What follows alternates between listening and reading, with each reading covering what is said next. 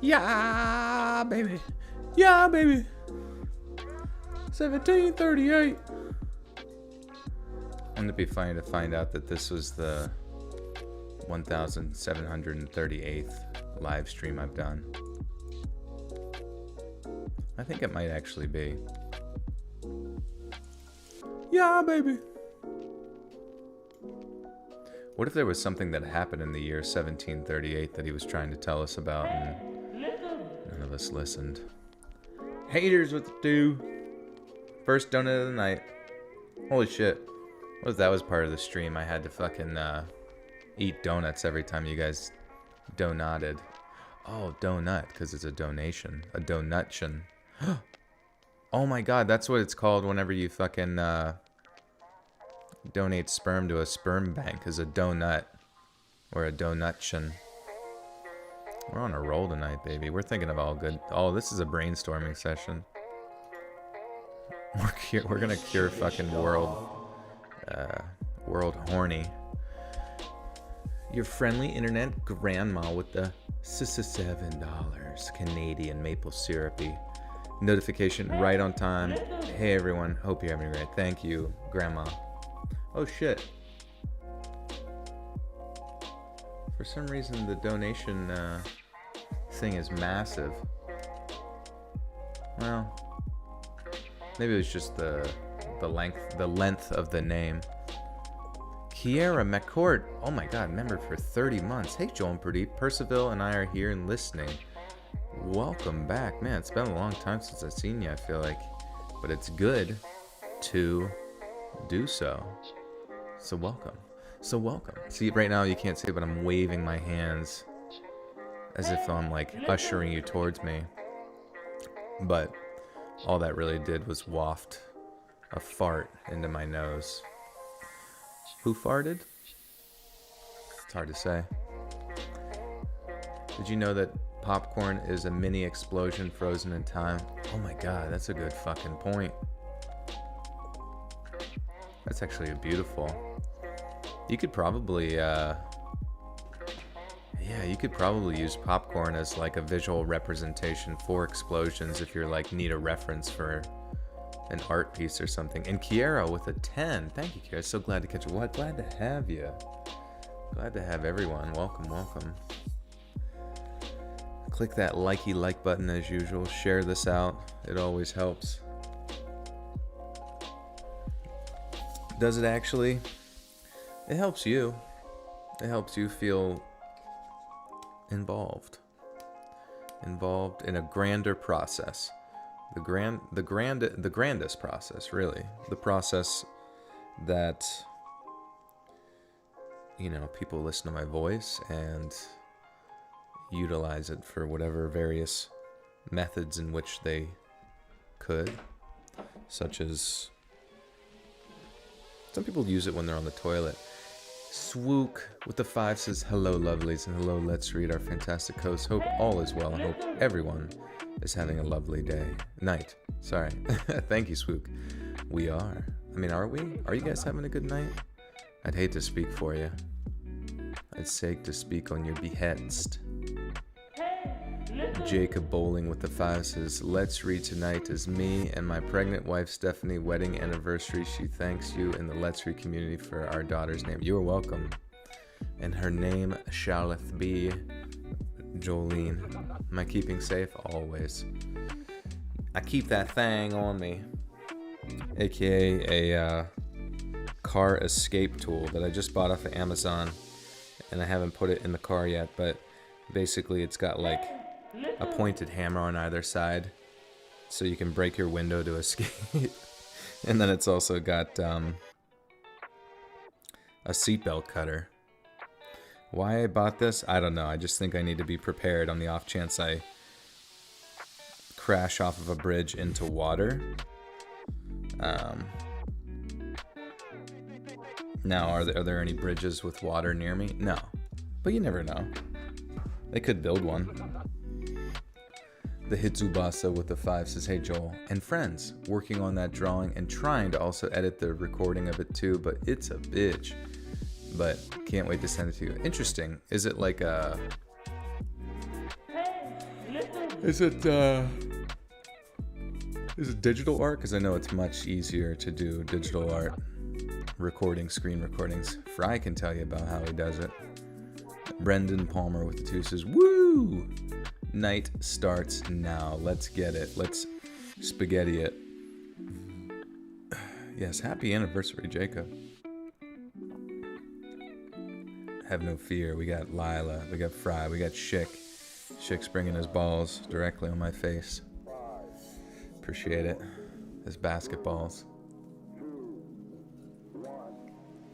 You carry a switchblade, lol, and I owe a seatbelt cutter. 1 hand, 1 second, no problem. A switchblade.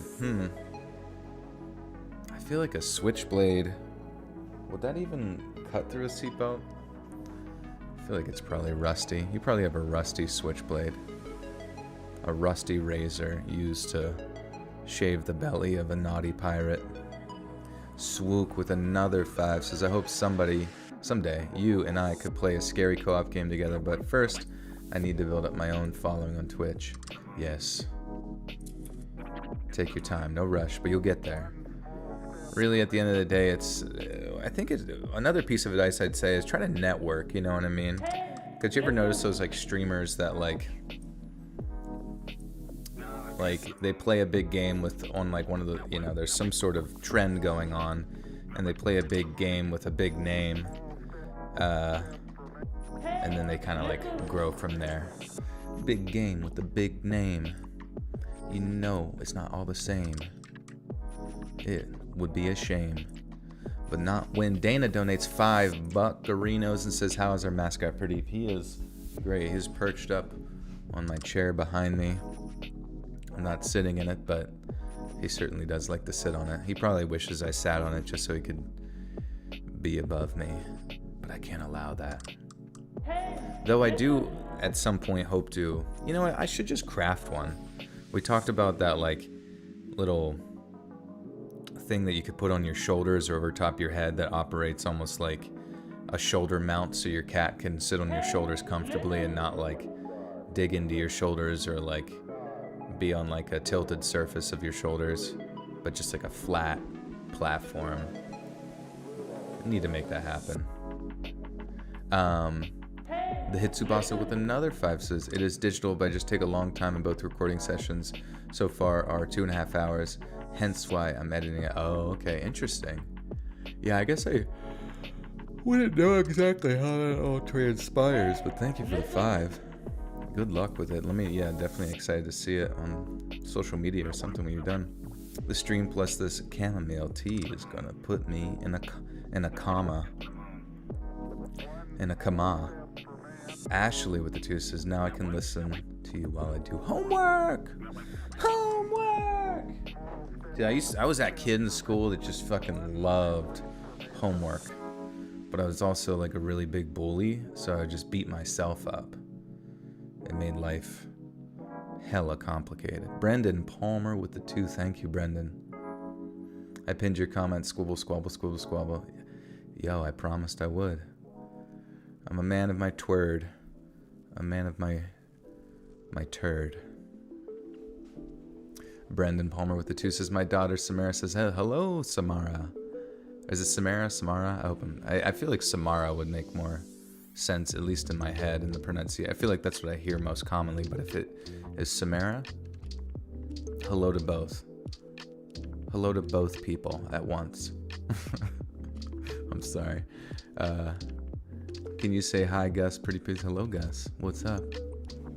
Actually, I have a good sized and shiny switchblade, and I had a mega engraved on the blade. It was free, and my last switchblade was stolen, but the letters are huge. Well, you're gonna have to test the sharpness to know if it can cut through a seatbelt. You're gonna have to just go check it out. You're an inspiration to us, and I can't wait to see future Nerf. Oh, thank you, Swook. I bought 3 Nerf guns today. One's a marksman rifle that hurts so bad when you're hit, an AUG, and a bolt action, but the bolt ended up not working. Oh, fuck. Wait, really? That sucks. I remember that was the coolest thing, was like, whenever like Nerf guns started getting like ultra realistic, Like some of them had, you could put clips in, the darts like connected to the shells. I thought that was really sweet. It was just, I don't know, like it was almost like M1 Grand style, you know what I mean? That shit was fucking dope.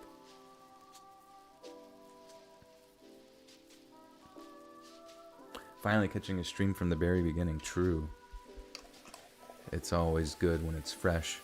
Wort, wort, wort. Does your voice always sound like this, or is it your podcast voice? The creator of Sword and Scale talked about how he worked on his for years. Well, here, like, I mean, this is my talky talk voice, but then I get closer and I sound creepy. And that's my creepy voice that I've been working on for all of 5 minutes. Brendan Palmer with the 5, so it's like the girl from The Ring. That's Samara, right? Right? That's Samara? Does she have long, dark hair? And crawl up a well? I don't even know what I'm saying at this point, I'm sorry. Marco with the 2 says, welcome everybody to the Let's Read stream. Let's sked it. A very queefy voice. Can I get some hearts for my brother's cat that just passed? His name is Simba. Ah, poor Simba. Rest in peace, Simba. We love you. We know you were a good lad. What are my preferred stories to narrate, if any? I definitely like the paranormal stuff, but, you know, outside of that, it really can be anything. Hey, listen. Content's content, baby. Oh, you can tell the difference now. Nice, yeah. Yeah, this is, you know, this is the talking voice, and then spooky dooky voice. I gotta work on other voices. You guys gotta tell me certain characters I should try, and then I'll try to make up voices so I can spark my voice acting career right here in this stream. Quentin Tarantino's gonna come in, he's gonna hear it, and he's gonna be like, holy shit, this guy needs to be in my anime. What Nerf gun do you recommend in your opinion? Because I'm going to get it. You should get the one that's like a fucking, like 50 cal. That would be sick. It's like a turret Nerf gun with over like 500 rounds of fake Nerf ammo.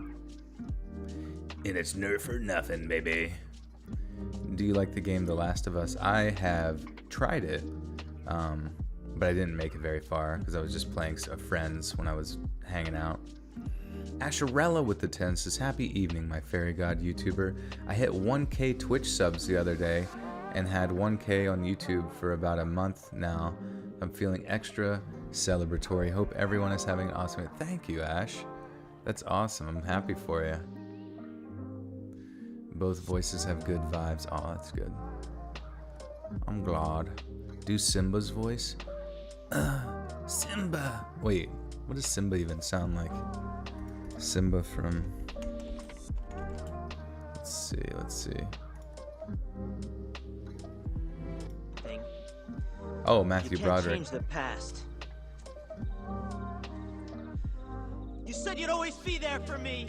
You can't change the past. I mean, I feel like Matthew Broderick's like using his normal voice. And I don't think I can emulate a normal voice. I'm actually not very good at impressions. I've realized this after you guys always asking me to do impressions. I'm like, holy shit. I can't, like, pretend. I can't pretend anymore. Simba old versus Simba young is V different. The truth about my past, impossible. Hakuna Matata. Hakuna Matata. Hey, it's me, Simba. I don't even know. I just ate bugs for 15 years in the woods, and now I'm back for revenge. I'm just straight hallucinating. Love the background music. Thank you. That is available to listen to on the bonus content playlist. The voice actor for Elmo died? Really? Like, just died? Or is that new? Or, like, old news? What the fuck? I didn't hear about that. Do girls have any luck on YouTube telling scary stories? I'd love to have my own channel telling scary stories. I mean, you can try it, you know what I mean? Like, and there are lots of, like, female narrators on YouTube.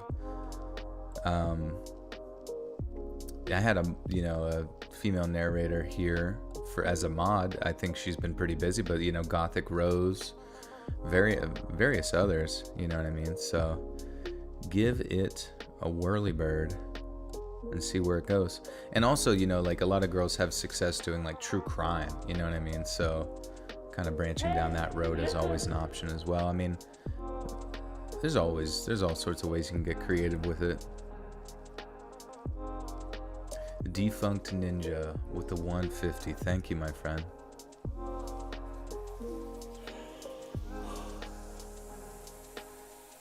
Sex operator voice. What's a sex operator? Are you like, do you control people's like bodies like by proxy of like robot control panel? That's how I would do it. Swoop with the 5 says voice acting is tough, but I do it a lot and it gets easier with time. I've been told my fellow Twitchers I do a good job, but no, yeah, for sure. I mean, that's the thing is I have no fucking clue right now.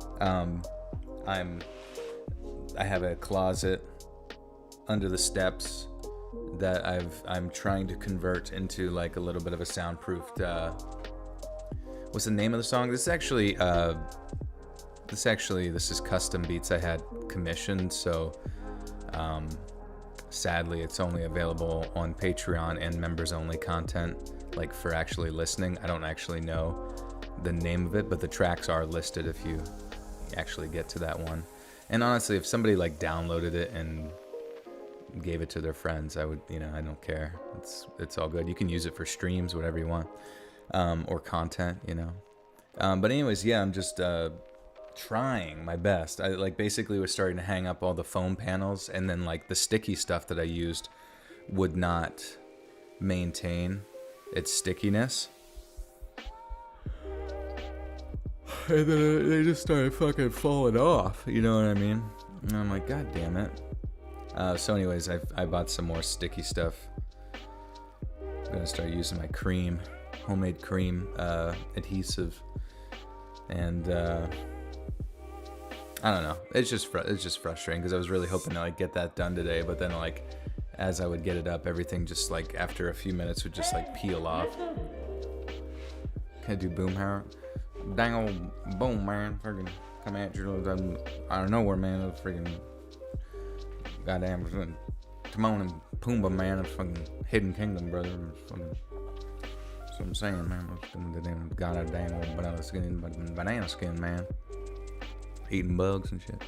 I hope someday the old heads that work in the lab write in scary stories. Wait, what do you mean? I'm confused. For homework? You bought sticky stuff or made it? Right, yeah, I think the homemade stuff is more reliable, but sometimes you gotta outsource to China. I love your channel content. It's amazing. Thanks for reading scary stories. I love anything here.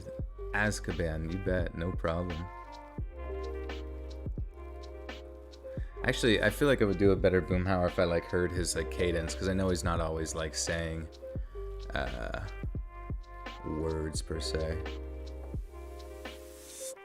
Creepy labs. Oh, creepy lab stories. Okay, yeah. The Buttersock cult. How goes it? It be going. It be pop. Oh shit, it's read time. Anyways, guys, we got what's it called? Motherfucking Grey Goose, baby. Pizza delivery stories. This past year has had a lot of I guess a lot of people have gotten a lot of work doing or not necessarily pizza delivery, but just like different delivery services as everybody was staying home. Watch City of God. I heard City of God was good. I've been meaning to watch that for years, to be honest. The Twisted Technician, baby, with the 10. So I finally made it in time to get to the beginning of the stream. Well, welcome. How are gas prices in my place? They're bad. They're like $4.50 for unleaded bullshit. Fucking sucks. Mummy Napkin, do I remember you? That sounds familiar. Oh shoot, sorry, Althea. Althea. I missed your donation there. I just see that now. Thank you for letting me know. Thank you for the 5. Says, thank you, Joel, for creating the community. I've been down lately and everyone has been so supportive. Of course, your personality puts a smile on my face. Oh, I'm glad to hear. Thank you, Althea. I always feel like when I say it, I gotta say it with like a lisp. Bit of a lisp.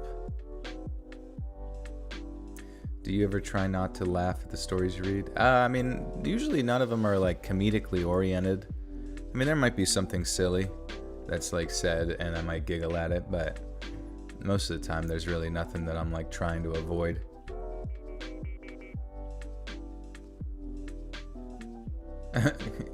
Yo, can you send me 20,000 real quick to buy Nana a jet ski to get vert? Dude, Nana needs to get some fucking air, bro. Swook with another 5. Thank you, Swook. Swook!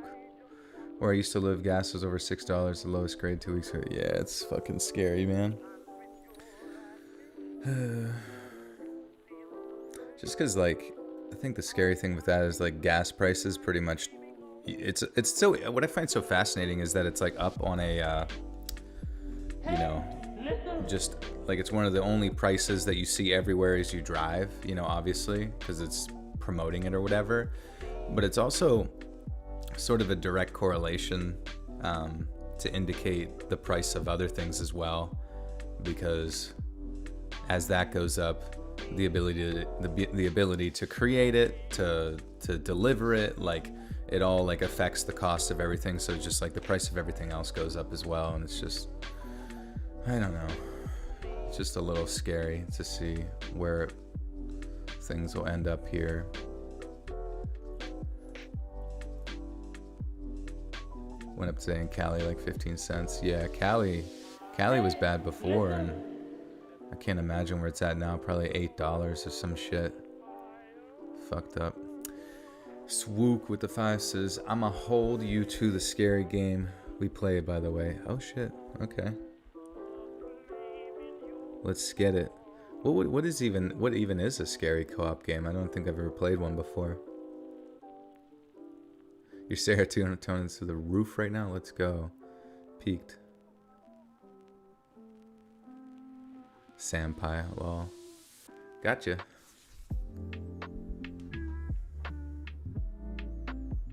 Alright guys, sorry. Enough of my nonsensical blabber blomming. Oh shoot. Let me switch to the spooky screen. Let me set the mood. Let me set the spooky mood.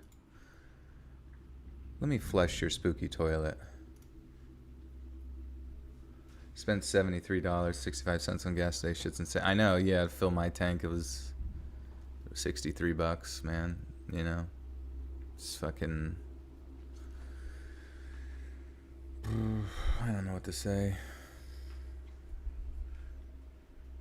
Jacob with the 10 says, Let's Read. I'm proud to tell you that the Let's Read community that Stephanie has named our unborn daughter Jolene Marie Bowling. Again, thank you for the name Jolene. You were part of her. Oh, thank you, Jacob. That's crazy. That's awesome, and I appreciate it. And thank you for the 10. You do love a little blabber. You would thoroughly enjoy City of God. It's a crime movie that has a cinematography style similar to documentaries. Okay, interesting.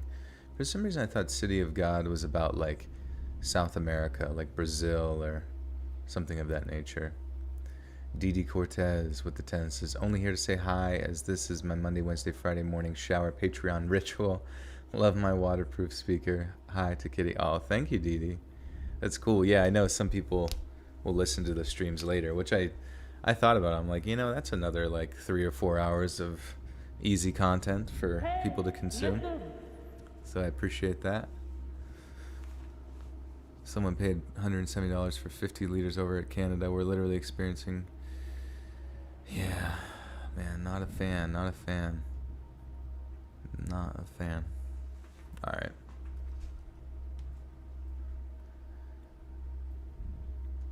Ever since I was a kid, I always wanted a moped. And once I was old enough to drive... Fuck, my voice cracked. Cool. Cool voice. Thanks for sticking with me the whole time, except when I need to be spooky. Ever since I was a kid, even that one. I gotta, like, get it absolutely right when I start off, or I just feel weird about it. Ever since I was a kid, I always wanted a moped. And once I was old enough to drive one, I hashed out a plan with my mom and dad. They'd loan me the $1,500 to pay my preferred model, a 2015 Piaggio Liberty 50cc. I don't know if it's Piaggio. Piaggio. I did actually see a bunch of people rolling around in mopeds the other day. It was pretty funny. Forvo. Piaggio. Piaggio. Is this pre-recorded? Jizzing in my shorts because this pizza is good. Perfect. That's how you know. That's the only way to determine if pizza is actually tasty. You don't mind the voice cracking? Well, it's just for the recording. I just want to make sure the recording's good, so my voice cracks during that. I can't, I would hate for people who listen to the channel to think I'm going through puberty 9. Yeah, my 3rd and half stage of puberty. I really am sometimes. Male metapods. Jacob Bowling says, can you do an Arthur Morgan impression? Want some jelly beans? Hey, listen. Want some jelly beans? Yeah, it has to be a little bit more gruff, I feel like. Want some jelly beans? Well, Dutch. I don't know, Dutch. It's Arthur, we need more money. I can't actually do a Dutch, I don't think. It's like Arthur! No, I can't do it. I just know that we need more money. Which was like probably my biggest frustration with the sort of storyline of Red Dead Redemption 2 is that like everyone's motivation was just based on like following Dutch everywhere. And like even though I get that like he raised them and stuff, he would always just like, we just need a little bit more money to get to Tahiti. Do a daily dose of internet. Oh yeah. This is your daily dose of internet. Here you can see that this little stupid bug is doing a funny little stupid dance. Haha. Okay. Alright everyone, thanks for 1 million views on a bunch of videos that aren't mine. Anyways, take care. More money. Pedro? Which one's Pedro? From Napoleon Dynamite? I'm not even sure I can remember his voice. Napoleon. You know Napoleon? Like sometimes you gotta just like be chill, They'd loan me the grant. Oh fuck, I forgot how to say the Italian thing. Piaggio. They'd loan me the $1,500 to buy my preferred model, a 2015 Piaggio Liberty 50cc, and I'd get a job as a delivery driver to pay them back in installments. I remember my dad giving me this big speech and responsibility and work and all this other stuff, like I wasn't going to fulfill my end of the deal, but he didn't realize how easy it was going to be for me. I'd have happily driven around London on that thing day after day, so the idea of getting... What the fuck? I swear to God, I just like look over and Pradeep is just doing something insane for attention. Oh, he found his ball. He has like this ball that... I don't know, it's kind of like a lacrosse ball, but he's been really obsessed with it lately. He like chases after it and does little flips and flops. Joel, do you ever feel like, screw this narrating thing, I just want to hang out in the live? Yeah, like sometimes I get kind of addicted to the,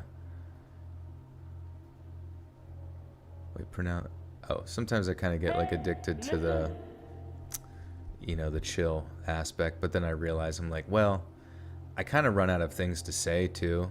Like I can't. Like sometimes somebody says something in the chat that takes me on a tangent, which is great. But the nice thing about this, the narrating, is it sort of acts as a bit of like a structure for like my. Like as if though I'm teaching a class or something. Stan Broliard with the 5 says, "You're still the best, Joel. Thank you again for making the workday less mind-numbing and boring." You're welcome, Steve. Stan. I call it Steve. Sorry, it was like blurry, and I see the ST and fucking. But thank you, Stan. I appreciate it. I hope work's going well for you. Thank you, thank you. And Jacob with the 2 says, "I love to hear you do Hank Hill impression." God dang it, Bobby. Do I look like I know what a JPEG is? Yeah, I don't know. Pradeep's on his shit right now. It's fucking cool. Super, super duper cool. Was it pronounced Peugeot? Oh no, this is, it's like a little, what's it called? I'll put it in chat. Piaggio. It's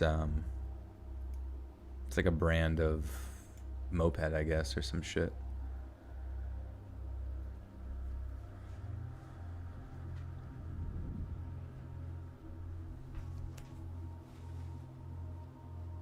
Unless that, did they get it wrong? Did they type it in wrong? Let me just look it up. Moped. Oh yeah, it seems to exist. Is there another type as well?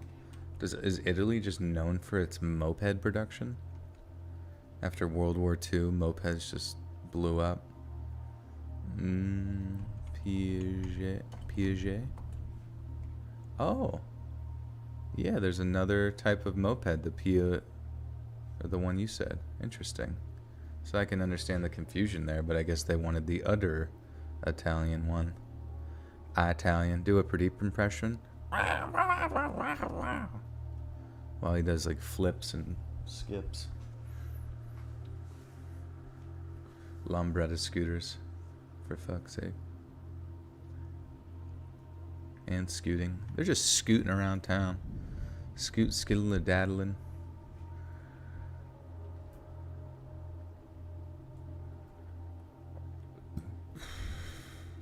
Okay. Do I play Call of Duty? Nah, I used to, but it has not changed in a long time, so it gets really boring for me. I'd have happily driven around London on that thing day after day, so the idea of getting paid for it too, that was all I ever wanted at that age, and so the moped would literally be paying for itself. Finding a delivery job was easy enough. Well, it was more like 2 delivery jobs, one in the week, one on the weekends, but it was easy enough. Then, for about 6 months, I worked 5 days a week, 7 hours a day, enough to make money for myself while being able to pay my parents back in the agreed-upon installments. But little did I know, I wouldn't actually pay off what I owed, because I wouldn't be able to pay it off. And here's why. On Friday night, I was out in deliveries, driving as carefully as I normally did. One minute I was taking a turn down a residential street near Peckham, and the next thing I know, something slams into the back of my moped. I remember flying over the handlebars in slow motion, seeing the road getting closer and closer, and just praying that the impact wouldn't either straight up kill me or break my neck. The impact was horrific, but I didn't directly land on my head. I think I must have done like a half flip in midair or something too, because when I actually came to a stop on the road, the thing that hurt me the most was my right elbow. Then, after that, I remember someone like dragging me off the road by my leg. I know now that you're not supposed to move someone after an accident like that moving them can actually do more damage than the accident itself, but in the moment, I thought it was just someone trying to help. It didn't half hurt, but if their intentions were pure, if someone was at least helping me, then that eased my mind a bit, even if it did make my arm hurt even more. I remember saying something like, "Please call 999, but my words were definitely being muffled by my helmet. That wasn't a huge problem, though. I mean, someone will have called 999, even if it was the dozy bugger that smashed into the back of me. But then, and remember, all I can see is what I can see above my visor, about my visor. Yeah. Everybody's gonna have to get a moped soon because of gas. Sandra with the 2 says, hello, give Pradeep a good pat on the head, please. I shall. He's near me. He has been patted directly on his little kitty head. And Rook X with the 5 says, I don't know where you be driving, Let's Free, but I'm gonna lay down 5 on you, and them accents you be making are OP, especially the German. The German ones, thank you so much. Oh my god. Oh mein Gott. Every day as I do it.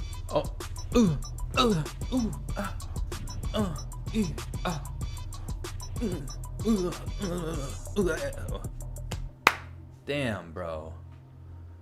Oh mein Gott, I see as you got Kevin Gomez with the $50 donation. Hello. Can you say Pedro te la lavas in your most Spanish accent? Here, let me just do a quick translation to make sure it doesn't say any bad words, because I would hate to say something naughty in another language. Translate. Google. Te la... You wash it. Oh, okay. Pedro. Te... Wait, I don't even know how you say it. How do you say it? Te la lavas. Pedro. Te la lavas. Pedro. Te la laves. Pedro. Te la laves. Pedro. No, that's not good. Are you supposed to roll your R on that? Pedro. Te la laves. Te la lava.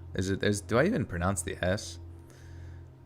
I don't know what the fuck I'm doing. Either way, thank you so freaking much, Kevin Gomez, with the $50 donation. Thank you so much. Fucking popping off right out the gate. I really appreciate that. Were any of the Let's Sim accounts accurate? Oh yeah, they looked... Well, it was very accurate for Pradeep. Pradeep was like spot on. Oh my god. No, bro. He like wants so badly to climb. It's cute though, because I got this little side table, and like Pradeep like climbs up it with just like his 2 feet, you know, and he's like looking up at the table with just his 2 feet up on it, trying to see what he can see, because I just had like a plate with some food on it. It's weird, dude. He's like babysitting an actual baby, because he's just from one thing to the next to the next.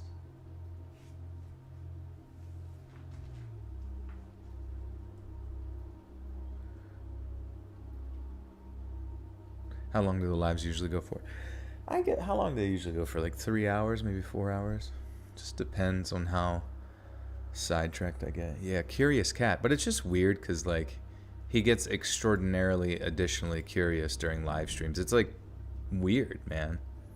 Like I really do feel like cats are some like alternative level of awareness, like comparatively to other animals. He likes to be tall. It is cute, like seeing his little paws up on the table, like standing on 2 legs. Oh, you basically just said, Pedro, you jack off, masturbate. What the fuck, really? Oh my god, I got baited so hard. I literally fucking... Alright. Is this true? I literally I like said it so many fucking times too. What the fuck? I looked at the translation. That did not seem as if though that made... Oh no, I didn't? Oh, okay. It's Thursday. It's Thirsty Thirst Day. Wait, did I actually say something bad or no? Oh, Kevin says no. Okay, perfect. I was like, no fucking way. I like looked at, but I mean, like, obviously there's a lot that can be lost in translation, but that would have been, wait, it's slang. Oh, wait, it is slang? Oh, you know Spanish and it's not. Don't worry. Okay. Oh, everybody. Basically, it's like saying to masturbate. Oh. What? I don't know who to believe. The word masturbate sounds very similar in Spanish. Oh, okay. Maybe I. It implies Pedro, clean your balls. Oh, okay. Interesting. Alright, well. Either way, maybe Pedro should clean his fucking balls, you know? It's a saying that dudes usually do that means to wash your balls or your thing. Or your thing. Am I tall or a midget? Those are bad words. Don't say bad words. Amalia with 5 says, "Hey Joel, how many stories you got for us tonight? What I miss? We have 5 pizza delivery stories, and I just told Pedro to clean himself, but you know, it was just a general advisory, and I also got kind of tricked.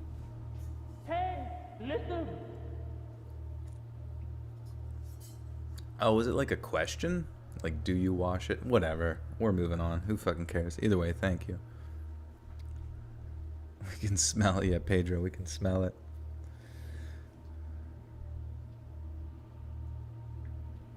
No, oh no. I am 5'10". Yeah. 5'10". That is me height. That is me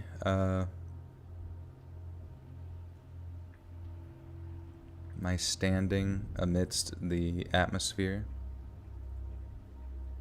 Am I Indian? No, I'm not from India. I am from the United States.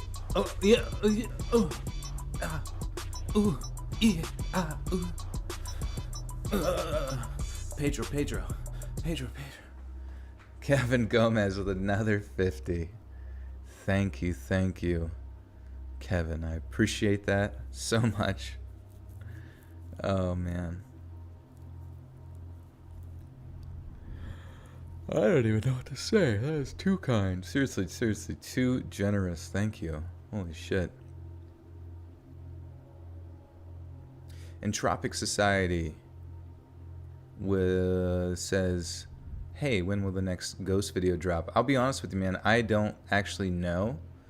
I think if it does drop, because the last one was dropped as a members only content drop, and I've kind of gotten away from paranormal stuff because it seems as if though my audience and a general further audience is not interested in ghost stuff.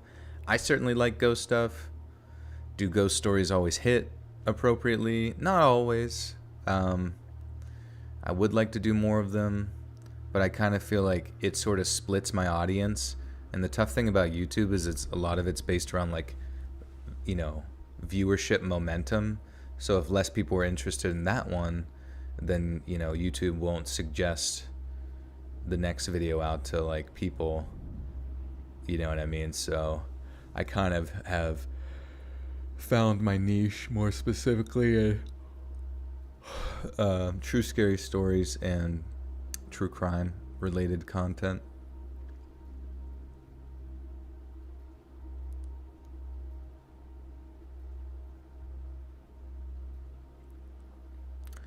But yeah, the ghost stories are good though. They're some of my favorite, and they're really interesting. Some of them are, you know, are kind of like a little. I mean, I'm sure there's a lot of ghost stories that you guys recall where it's almost like I read through the whole thing and like there's no sauce. You know what I mean? You're waiting for the sauce, and there's just no sauce.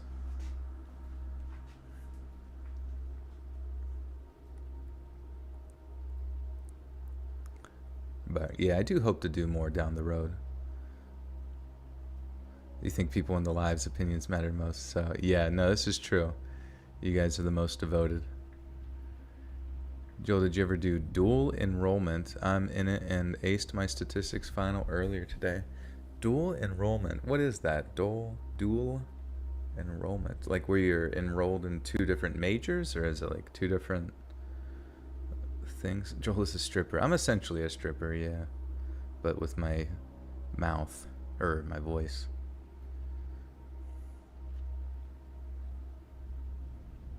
Weston you with the 10 says, "Hey man, what do you think about cult stories?" Oh yeah, those are some good ones. I definitely really like those. I think I've done like 3 volumes of cult stories by this point.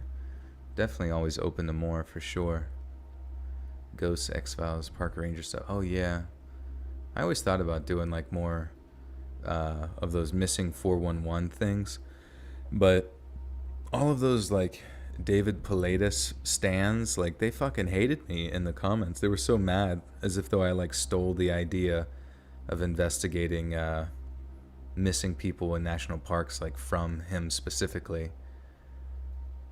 But I didn't mention anything about Bigfoot, so whatever. Have you heard of Barari case? No. Nar. But then, and remember, all I can see is what I can see about my visor. I see that I'm being dragged past the pavement and into an alleyway at the side of the road. And that's about the same time that I notice that the 3 or 4 pairs of feet that seem to be following whoever is dragged. Sorry, that was such a confusing sentence. What the fuck? That's like a whole ass paragraph, but I had to like jumping hurdles. David with the 5 says, "Hi Joel Yarsa." Thank you, David. How are you? You just missed me say something very naughty in Hey, listen. Spanish.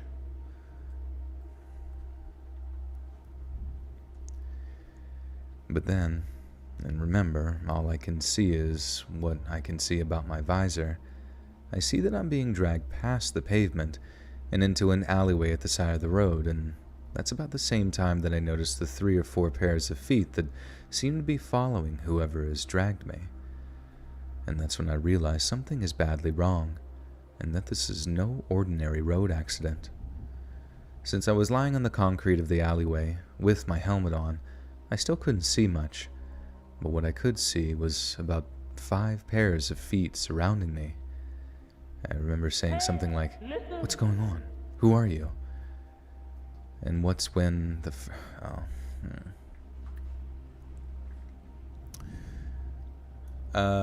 Haters with the 2. What's your favorite conspiracy theory? PSU sus? Oh, PSU sus. Yeah, a little sussy. I don't know. I guess I'd rather not go into it because it's not really probably a good thing to dive into. Just in case with the, but I do like the more like simplistic ones, you know what I mean? There's like I really like Hollow Earth. The Hollow Earth theory I think is interesting, like that there is no like sort of molten core per se of the planet, but like, I don't know, a series of just giant tunnels and stuff that you can get to place or whatever, like in Godzilla. Just in case with the 5 says, we might care about sauce, but we really are wondering about the real question: is a hot dog a sandwich? Also, I was wondering if military footage story is coming. Probably would never do military footage just because that's kind of like too shocking for TV, you know what I mean? What made me start doing YouTube videos? You know, I just wanted to be the coolest guy on the internet.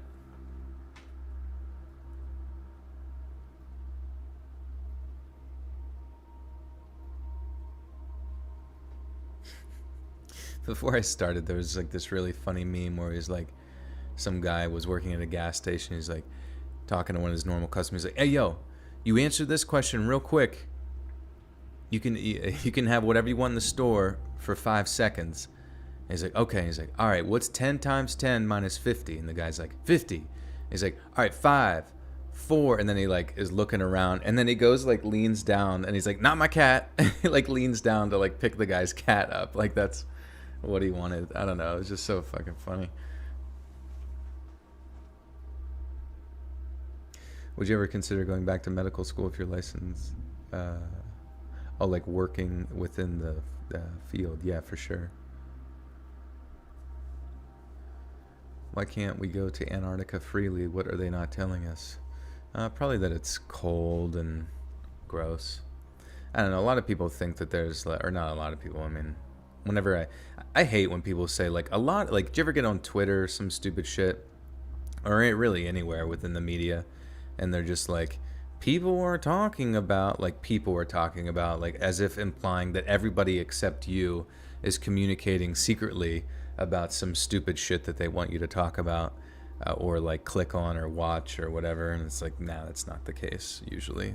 It's really just them trying to make you interested in whatever nonsense.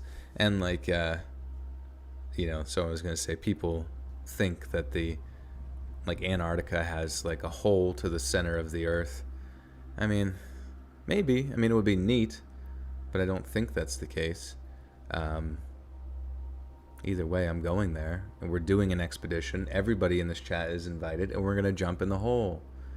And it's not going to be a big deal because we're going to go straight through and out to the other side of the North Pole, where we can raise our army of penguins, finally. Big giant, like in Game of Thrones. Maybe there's giants there. I don't know, you know what I mean? Like, Earth and the history of Earth is so complex and weird, like, I wouldn't be fucking surprised, you know what I mean? I remember, was it Napoleon or like Columbus or somebody? I don't even know who the fuck, like, just make up a name.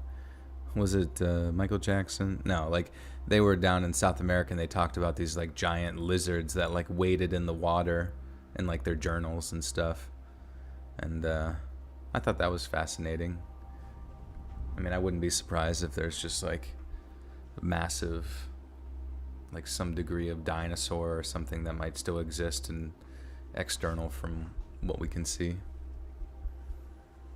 You never know. There's a lot we're not being told. It gets old though. I don't know. Like, I realized after all the years of people going down like the various like rabbit holes that they're going down, a lot, like, there's so many people that go down those rabbit holes that feel as if though they're part of like some grandiose movement or something, like we're gonna have some sort of awakening of the people's mind, or, and it's like, I think what you're really doing it for is entertainment. You know what I mean? You're just doing it for entertainment, because it's not like you changed your life. You still like wear sweatpants to take the fucking trash out every Sunday. You know what I mean? It's not like anything's different. How many lives are you doing this week? Yeah, so it was Tuesday, Thursday, and yeah, probably Sunday as well. I mean, only 1 to 5% of the ocean has been explored, so I wouldn't be surprised if we had water dinos. This is true. This is true. Is this a sauce truce? Oh my God. I remember saying something like, "What's going on? Who are you?" And that's when the first kick hit my side.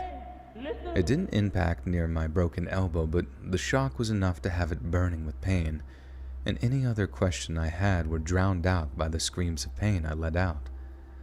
That's when I heard something like, "You honestly think you can do us over, yeah?" And another kick came from the other side, completely knocking the wind out of me. And then I heard another voice, one with a northern accent, say, "You stole $6,000 worth of eckies." $6,000 worth of what? Eckies, mate? You stole $6,000 worth of eckies, mate. You're lucky you're getting a chance to explain yourself. Oh my God. Honestly, oh, you know what was sick? Grand Theft Auto Vice City came out, right? Great game. Great game back in the day. And then not long after that, on the PlayStation 2, was The Getaway. Has anyone here ever played The Getaway? Oh wait, fuck. I'm looking up how to say Eckies on Forvo. I doubt that it's exist. Gabby with the 5 says, "Jolie Joel, I just got a couple of my friends to subscribe. Now they can fall asleep fast and have weird ass dreams too." Hell yeah. Dude, that'd be sick if you guys had like the same dream or something weird. Like you guys listened to the same video and had the same dream that night and met in Dream World and hung out and played patty cake. That would be sick. But thank you for, yeah, word of mouth honestly is like some of the best way to get people on board with the channel. So thank you so much, Gabby. And Brandy Hammond with the 10 says, hi, Joe, I lost 65 pounds recently. I have you to partially thank for that. I spend many hours on the treadmill while listening to all your content. Thanks for your endless hours of entertainment. Thank you. Oh, that's awesome, Brandy. Congratulations. 65 pounds is a huge jump. So congratulations. And I hope that, the podcast can continue to keep you entertained. Honestly, yeah, the treadmill stuff, man. I've been getting like frustrated with it because it's like doesn't seem to be getting any easier. Do you rerun your lives? No. So yeah, the lives, when they're done, they go to a playlist. It's unlisted and then goes to a playlist called live streams. You can find that in the playlist section. But yeah, all of these get edited into a full-on video. You'd still love me even with a British accent. I'd rarely throw it. Wait, Eckies. Oh, I'm saying it right. Eckies. You're saying okay. Cool. Big fucking Eckies. One of your Cabin Woods videos gave me the worst nightmare ever. I thought up thinking I was gonna die, almost got me. That's funny. Yeah, somebody said that one of my videos, like, they fell asleep easy, but then they had a dream that they were being stabbed. So I was thinking, I don't know, like, it really goes, like, I kind of said that on the channel as my tagline, like, lulling you into beautiful nightmares. And I say that as just like a bit of a cool little tagline so I can seem edgy or whatever, cool, swift, and suave. But it's funny because it seems like it happens to a lot of people. They're like, oh, I can't sleep without you, but I also have terrible traumatic experiences every time I fall asleep.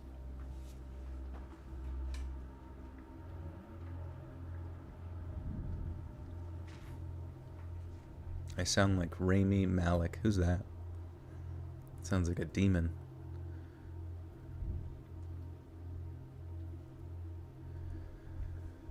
Then I heard another voice, one with a northern accent, say, You stole 6 grams worth of Eckies, mate. You're lucky you're getting a chance to explain yourself. That time I started shouting like, I don't know what you're talking about.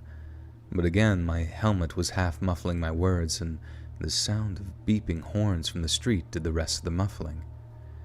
I tried to take my helmet off, to at least show them that they had the wrong person. I hadn't so much as had a pint of lager at that point in my life, let alone taken, sold, or stolen any serious drugs. So I knew that getting my helmet off was the quickest way of me getting myself out of trouble. But my arm was in bits, man. And if you've ever tried taking a motorbike helmet off with just one hand before, you'll know how impossible it is unless you get a really good angle on it. Then once again, the dragging started. Someone dragged me under my arms and started pulling me further up the alley. All I could do was keep on shouting that this was a mistake and you've got the wrong person. But no one seemed to be listening, let alone be able to hear what I was saying. I stopped screaming for a second and actually tried to wrestle myself free, but that was a huge mistake for 2 reasons. The first being my arm hurt more than ever, and the second being that it only provoked more kicks to come from all sides, and that when I heard someone saying, "Did you bring it?" and someone else reply, "Yeah, 2 bottles." And I remember thinking, bottles? Bottles of what? And then wondering if they were already talking about getting some drinks in after they'd done whatever they were planning on doing with me. But it wasn't bottles of alcohol they were talking about. It was something else entirely. The really frustrating thing, now that I think back on it, is that at no point did they bother taking my helmet off for me. They were so confident that they got whatever thief they were looking for, who must have had a similar moped to me, that they just went for me without so much as a second thought. Then the moment came when I heard one of the blokes say, "Get him up." I thought that might be followed by them finally taking my helmet off, but no. I remember them picking me up, like actually picking me up off the ground, and I realized that they were trying to put me in a plastic wheelie bin. I think the adrenaline was really kicking in at that point because as I started to really kick and struggle, I found my arm wasn't hurting as much as it was before. I could still feel that it wasn't working properly, and I could even feel the bones or whatever it is in my elbow like grinding together as the guys held me. I really didn't want to go in that wheelie bin. Absolutely no good could have come of getting put in it, but as I struggled, they just held me tighter, with the rest of the blokes coming in. With the rest of the blokes? Oi, put 'em in the fucking wheelie bin. Oh, God. Just in case, or this is just wondering what Monday stories are. Actually, I think Mondays is going to be more of like a true crime style unsolved mysteries video. So that should be pretty litty titty. Stay tuned for that. I hope you guys watch it. The tough thing is like after those like podcast videos, dude, that was nuts. I don't know if you guys noticed or not, but my podcast video, the one that's like close to 3 hours, it within the course of 48 hours, it got like over 100K, or got like 100K views, and that's like pretty abnormal. You know what I mean, for the channel to get that like that quickly. You know what I mean? So that was a good sign. And the cool thing is, because YouTube seems to be very momentum based, you know, usually there's like a decent pop in viewership with the subsequent videos for me after that as well. Defunct Ninja with the 2 says, the knights who say eki patang. What's that about? Any collaborations coming up soon? I'm trying. You know, I think I might have one with Dr. Creepin and Unit 522. But I'm looking to find like kind of like larger channels to get my name out there. I mean, I look at some channels like what's that one, Bailey Sarian? Am I saying it right? Anyways, I thought that would be a good collab, like ones like that, you know, that are like true crime, you know, pretty up there, just to like help increase reach, help increase subscriber count, all that kind of stuff. But it really is tough, like whenever you're smaller than somebody, like trying to get subscribers, especially whenever it's not like super convenient for them per se. But I don't know. Little Miss Snowy says, your narrations get me so immersed into the stories you're telling and help me get artwork done as well. It's an escape for me. So again, thank you for all you do. If I donate if I could. Oh, no worries. Thank you, Lo. Thank you. Can you and Southern Cannibal collab? Absolutely. Yes, Bailey Sarian, that would be fucking awesome. It would be, yeah. You should bother her on Twitter and tell her I should collab with Let's Read.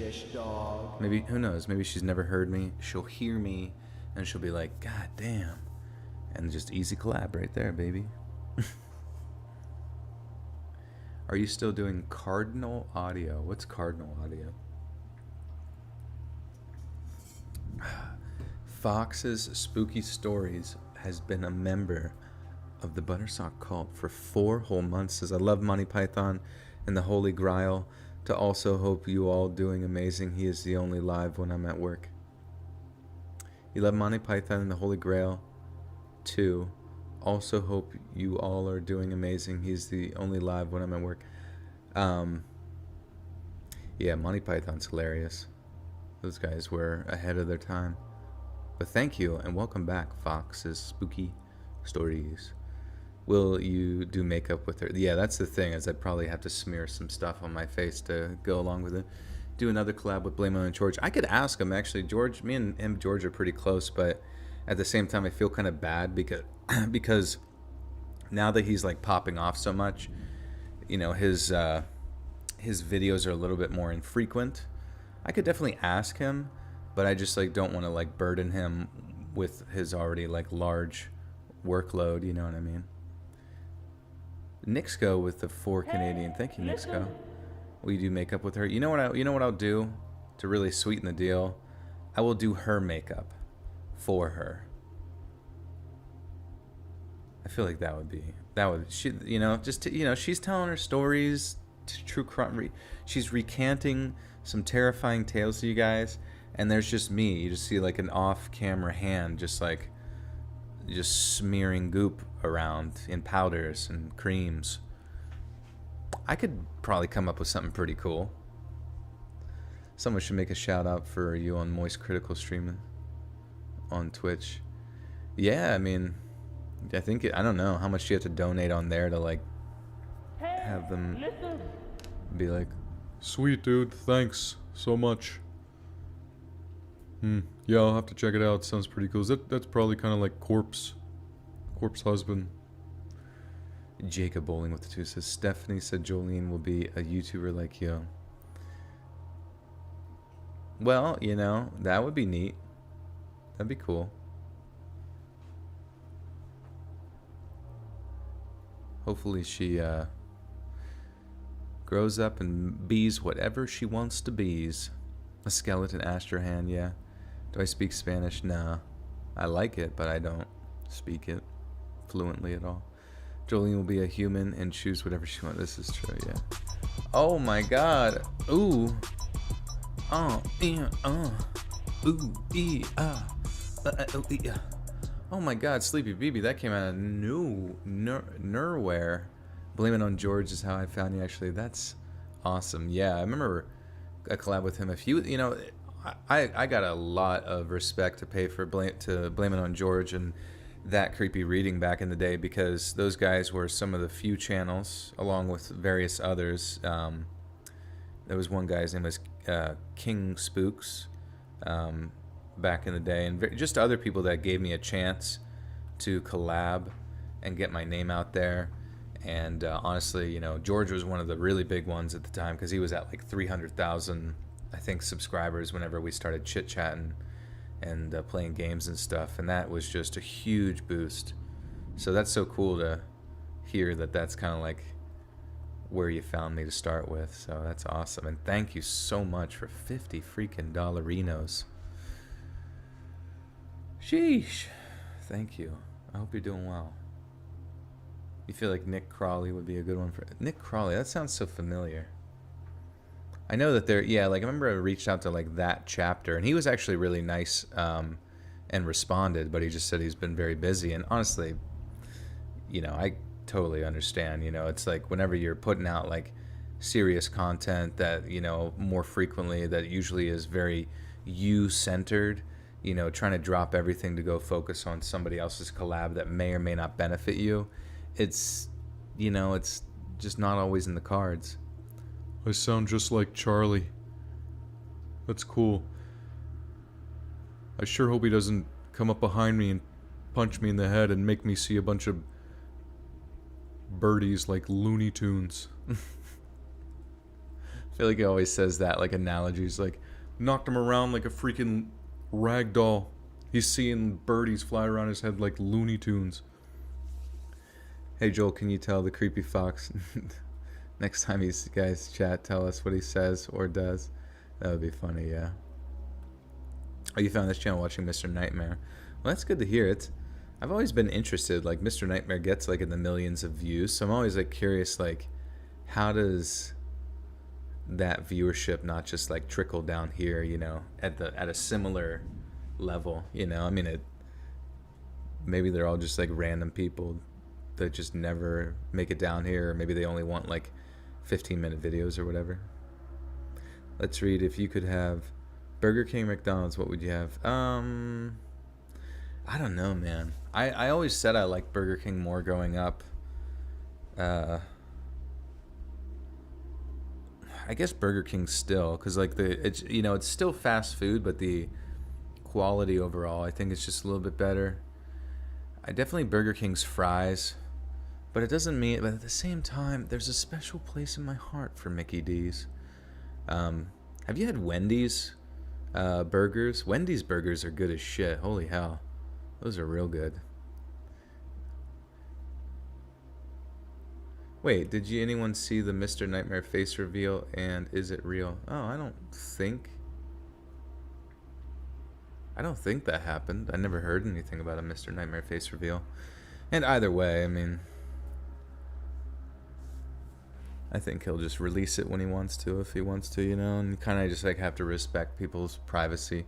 Like when that, you know, similar to like the Corpse Husband quote unquote leaks or whatever. I don't think those were real. And then if it was real, I mean, you just have to like, he would have to acknowledge it, and I'm pretty sure he said that wasn't. And then obviously like people's privacy just deserves to be respected, because I know people want to like jump into content creators' lives and stuff, but they are normal people, and like I can't imagine being the size of Corpse and like having to deal with just like so much criticism and stuff like that, and so much like commentary and so much like fandom, all at one time. It just seems like too much to comprehend, that it can be very daunting mentally.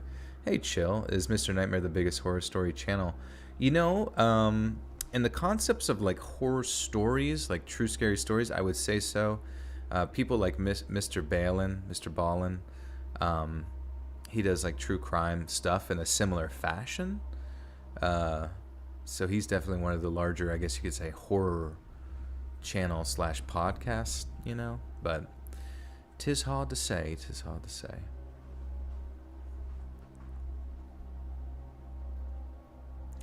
Your daughter and husband got sick on Wendy. Were they eating Wendy? Just devouring her, cannibal style? You, sir, are not normal, but you deserve privacy. Oh, thank you. Yeah, I appreciate it.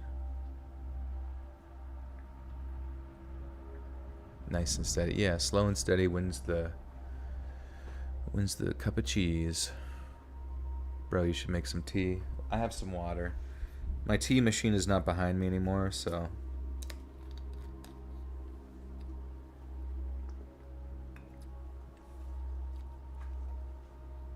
He just discovered the live show a couple of weeks ago. I never knew these stories existed. Okay, don't cyber jump me, but what is the money comments for? Oh, no, yeah, so people can donate. It's called Super Chat. And basically it's just donations to like support the channel or the stream and all that kind of stuff. And, when someone donates money, it sort of gets like priority as far as reading the comment, and mainly it comes from them wanting to support. But it's not like, I still like read most comments anyways, but I'm not gonna like, I also am not gonna like individually go through and read every comment. But I will, if someone donates, I will obviously acknowledge that, because I'm very thankful for the support.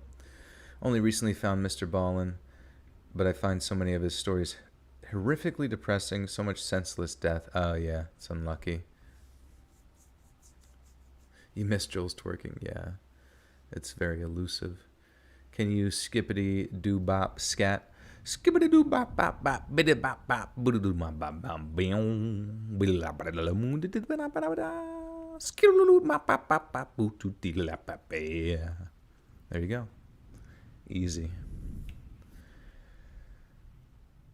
Absolutely no good could have come of getting...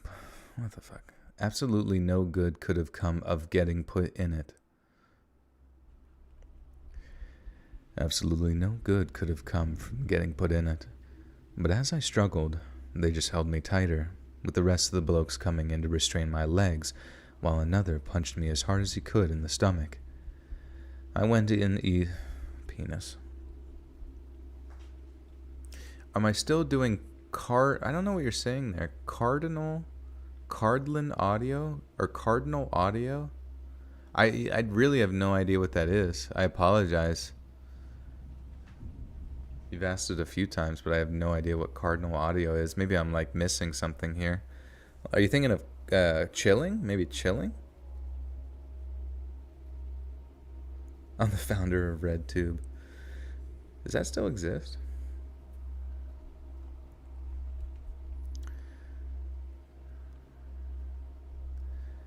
I went in easy then, having had the wind completely knocked out of me, and as much as I tried to launch myself out of it using my legs, two lads either side of...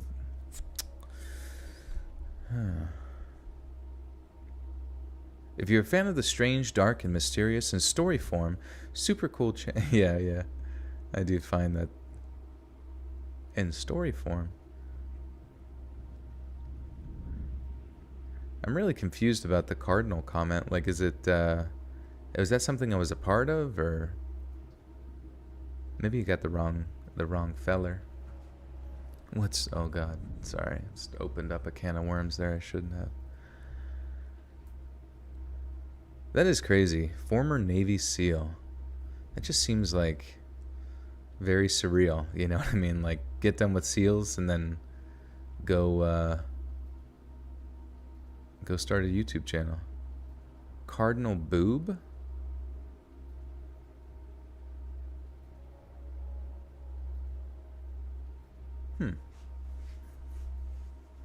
I am not familiar at all. I have no idea what the cardinal thing is referring to.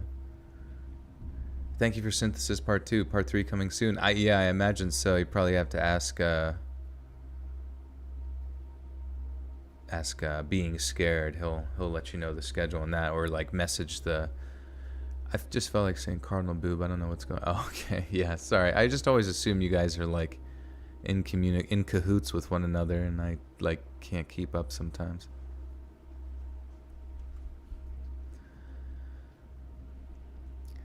I went in easy then, having had the wind completely knocked out of me, and as much as I tried to launch myself out of it using my legs, 2 lads on either side of me held me down and kept me in the bin.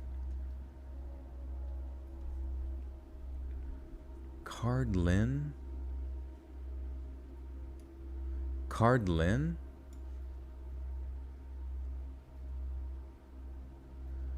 Is this a thing? Is any... I gotta be honest, I have no clue.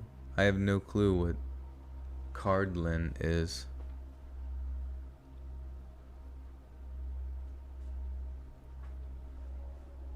Is there any like elaboration on what the Cardlin thing is? Because I was just like, now I'm like OCD focused on it. Joel is our Papa Puppet. You know what? It's kind of fucking true. You guys could take me down like any sort of tangent. Alright, anyways. 2 lads on either side of me held me down and kept me in the bin. I was completely helpless as I watched one guy take 2 clear plastic bottles out of his jacket, and when they unscrewed the tops and started emptying the liquid into the bin around me, the smell came up into my helmet and let me know that it was very, very flammable. I started going into overdrive.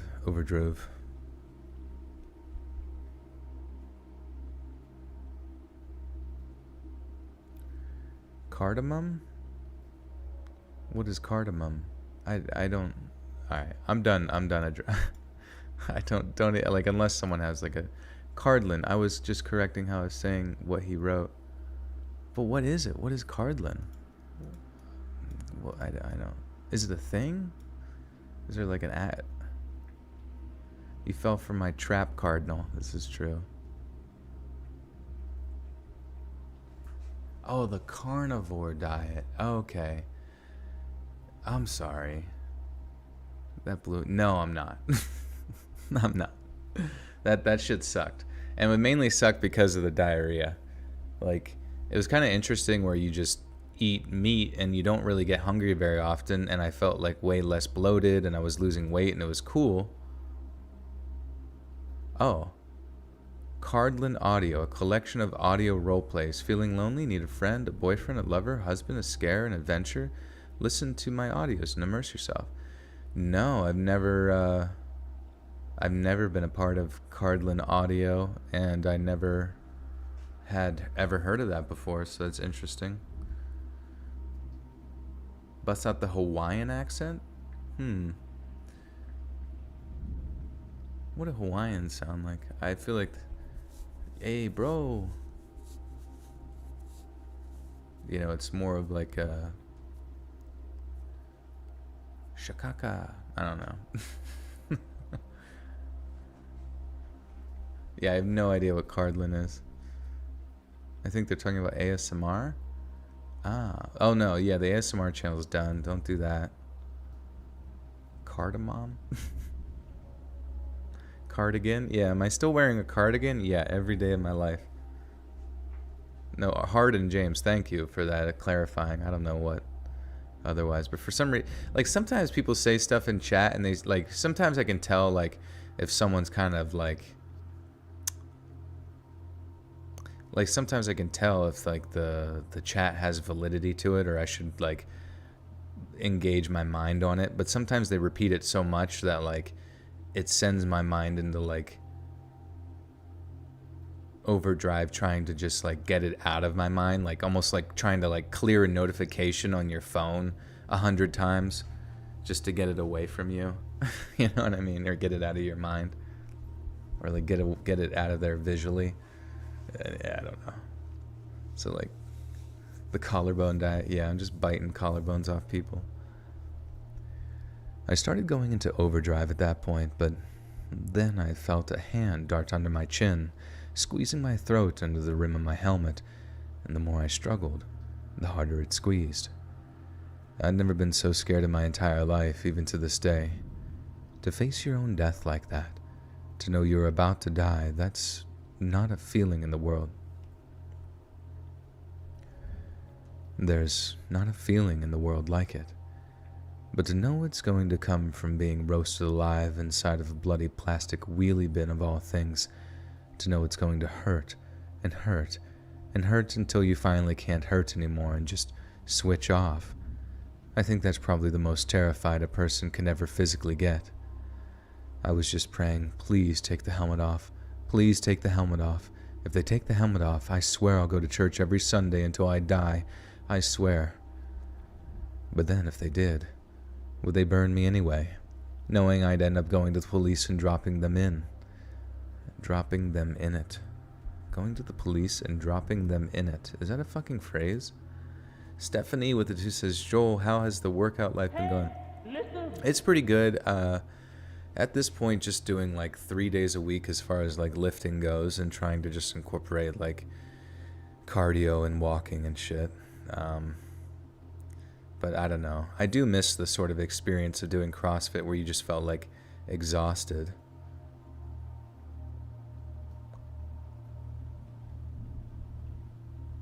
Abade Astro, what's going on? What's good, homie? You want to be 20 again? That's all right. You can do it. Just go just exercise and eat well, and then you can just eat all the candy you want. Even then it makes no sense. He's been competitive baiting, and his forearm strength is increasing rapidly. Would you rather do another drunk birthday stream or narrate the first 10 pages of 50 Shades of Grey? Probably a birthday stream. That sounds way better. I'll just say every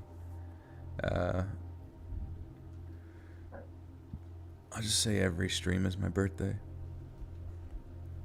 You want to be 30 again? I don't know. We all want to be something, but if you think about it, I'm sure people that are 120 probably say, I wish I was 80 again, you know? Am I playing Elden Ring? No, I'm not really a fan of the From Software games. Isn't it? For British is isn't it, isn't it? Wait, but if they did, would they burn? Oh, well, it's like, I don't think that's the slang they're trying to go for. It says, but then if they did, would they burn me anyway, knowing I'd end up going to the police and dropping them in it? Like, the word them, the word in, and the word it. I don't know if that means like tattletaling on them or something like that. Whatever. Sounds British enough. What age was my best? I don't know. I feel good like now. You know what I mean? Like I just feel like every year I get better at something. You know what I mean? So it's like hyper focusing on the past hasn't really been helpful at all, because I don't really have any interest in it.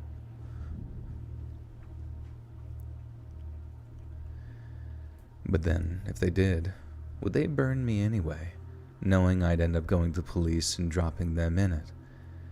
They'd covered all their faces, so there was a chance that they might let me go, knowing I wouldn't be able to identify them. There was a slim chance, a real slim chance, but this little voice in my head said, that's not going to happen. And the thought made me tear up and cry in a way I don't think I'd done since I was a freaking baby. And then, finally, the moment of truth came. I heard the words, get his helmet off, And I felt this tugging sensation. And I felt this tugging sensation was one... What the fuck? There's so many like random little grammatical things that confuse the shit out of me. And I felt this tugging sensation was one of them finally... Oh. And I felt this tugging sensation was one of them finally pulled... Was one of them finally pulled the helmet from my head. Was when... Whatever.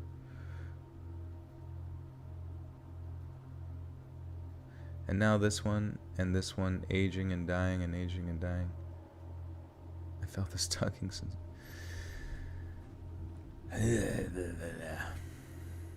You love being me right now. I love getting better every day, which means tomorrow I'll just be cooler than I am today. Exactly, yeah. Just keep on keeping on. Mischievous dog. You're looking forward to your 20s. Any advice on how to navigate? I'm sure a lot of people have advice there. Miss DeWitt with the 5 months. Welcome back. Did you see that Overwatch 2 beta is going to start soon, April? Yeah. I don't know, man. You know, like, they're doing, I guess, yeah, it was like it's like a closed beta, right? And then an open beta or something is coming later this year. And I am excited to try it, you know what I mean?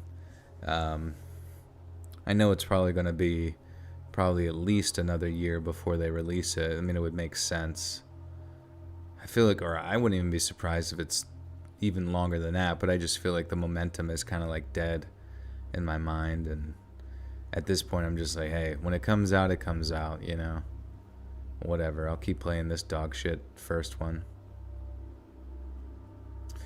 Could you either go to the year 1982 or 2062? Which would you pick? Fucking 1982. Because everything just keeps getting fucking worse. Governments just keep centralizing power, and I just have no desire for that to happen. They're just gonna be living in fucking pods, eating bugs in the future. Not fucking fun. And then, finally, the moment of truth came. I heard the words, "Get his helmet off," and I felt this tugging sensation with one of them finally pulling the helmet from my head. I must have looked a right state. Ah, man, I can't fucking keep up with this British lingo. And this is story 1. Do I look like Spencer Reed? Yeah, I probably look like every celebrity ever. Enjoy your 20s and don't drink too much. Yeah, I would say be careful with the drinking thing, because like a lot of people in their 20s develop a drinking habit, because drinking is very addictive. Like, you can do it and not become an alcoholic, but like it's one of those things that sort of like sneaks up on you, and all of a sudden you have like a habit which could turn into an addiction and become an alcoholic. So like I would say if you do drink, just do it socially, but just understand that it can be very dangerous. And I don't know, just be careful and do it legally and smart, you know. If you like fighting games, the Switch is coming out with Capcom versus SNK. Nice. Yeah, I'm still on story 1, dude. It's been fucking an hour and a half, and I'm still on story 1.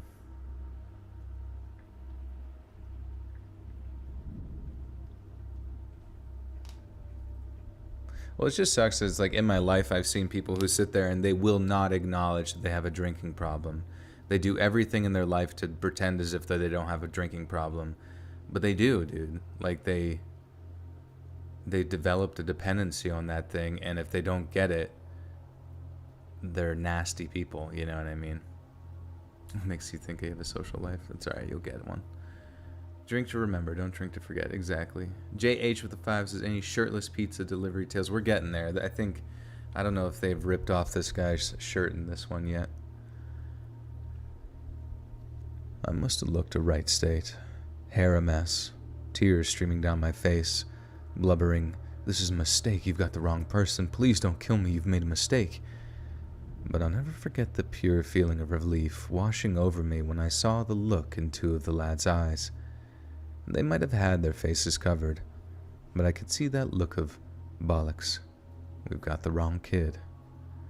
The rest didn't know it though, and the worst thing, the guy with the matches didn't know it was a mistake either, and he was about halfway to striking one of them up before I finally heard one of the wide-eyed guys say, "It's not him." What came next was this weird mix of terror and anger, and I actually threw myself into the words so hard that... What? What is that phrase? I threw myself into the words so hard that the wheelie bin ended up rocking when the two guys securing it stepped back with the same horrified look in their eyes, knowing that they'd done all that for the wrong bloody person. What does that mean? Threw myself into the words. Is there another word they meant to use there?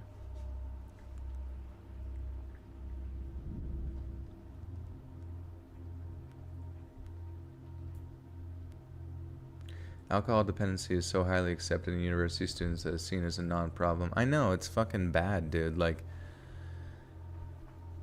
it's bad. You know, I understand it's like a fun little thing, but like, this is like literally doing it like every weekend and sometime during the week is like how young people develop these dependencies and these issues, and they don't even know, you know what I mean, that they do. Oh, yeah, okay. You gotta be a hydro, homie, and don't drink. Yeah, just drink so much water your brain swells. Don't do that.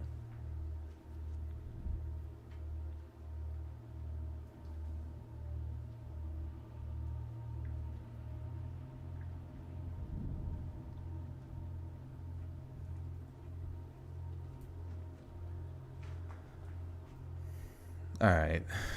Sorry. And I actually threw myself into the words. I'm trying to think, like, into the lads or into the... I threw myself. What do you mean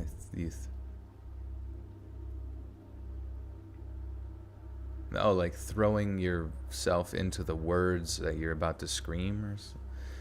I don't fucking know. Anyways. What came out next was this weird mix of terror and anger, and I actually threw myself into the words so hard that the wheelie bin ended up rocking when the two guys securing it stepped back with the same horrified look in their eyes, knowing they'd done all that for the wrong bloody person. "I told you," I remember screaming. Well, more like screeching now that I think about it. "I effing told you got the wrong effing person. I never stole nothing. I never stole nothing." After that, all the anger that was being focused on me seemed to switch to one of the lads who first looked horrified when the helmet came off. All the others were like, "Are you kidding me? You pointed us at the wrong freaking kid?" The other guy was then like, "I swear it was him. Same scooter, same helmet, same jacket. I swear it was him, Obo. I swear, mate." And this Obo bloke, I guess, obviously the one in charge, then full-on punched the other guy in the face, shouting like, "Keep my name out of your mouth while we work in blood." And then another guy, the one with the northern accent, started saying, "We need to get a wiggle on, boys. This is a bad crack, this is." And then the next thing, they're all legging it up back up the alley before I hear screeching wheels and an engine revving. I couldn't actually climb out of the wheelie bin, what with my arm being in a state, but thankfully, I remember looking up to see a woman poking her head out of her back window saying, "Police are on the way, love, don't worry. Everything's going to be all right." The police were followed by an ambulance, which took me to the hospital, and one of the nurses must have contacted my parents after taking my details down, because about 10 o'clock, my mom and dad had turned up at St. Thomas's Hospital. Mom was in bits, and Dad was absolutely raging once he'd heard the full story, how it wasn't just a car accident, that it was like some deliberate attack by drug dealers who'd gotten the wrong guy. He was the one that pushed me to tell the police everything, and I can't believe this now, looking back on it. But at first, I didn't want to because I was scared they...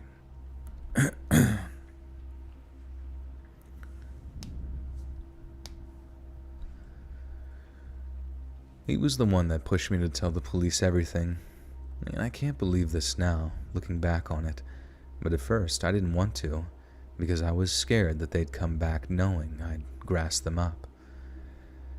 They had their own way of dealing with that, though, as when it came to the court date, the police could only get charges on the guy driving the car, or at least the one who admitted to having driven the car. If I had to guess, I'd say that he was the one who'd wrongly ID'd me, because if it was me, I'd have had that idiot take all the heat since he was the one who got it wrong. I'll never know for certain, though, because like I said, they all had masks on, and I could say the name Obo to the police over and over again, but if the driver wouldn't admit he was there or in the car, there was no touching him. Anyway, as you can imagine, I didn't do much driving after that for a while. As it turns out, that fractured elbow takes quite a while to heal. The only silver lining was that my mom and dad agreed that I didn't have to pay off the rest of my loan, and that they'd use the money I paid them to get my moped repaired. Turned out that they were really pumped.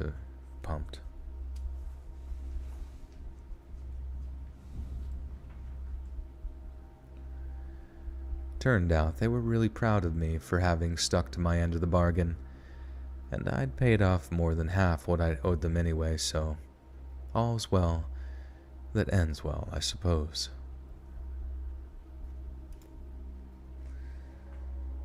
Oh man, that was story fucking 1. Holy shit. I don't know why, I just feel like mentally exhausted. If you had to switch bodies with someone for a week, who would you swap with? Maybe like Jaws, the giant great white shark. So I could eat people, rip them to bits.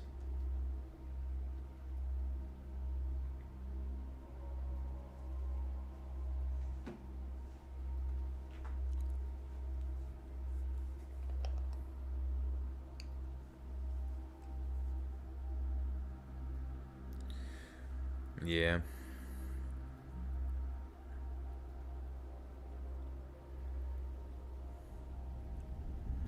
Who are my celebrity lookalikes? Probably like Hugh Jackman as Wolverine, with mainly because of the claw hands. Joel, it's my Shark Week, yeah.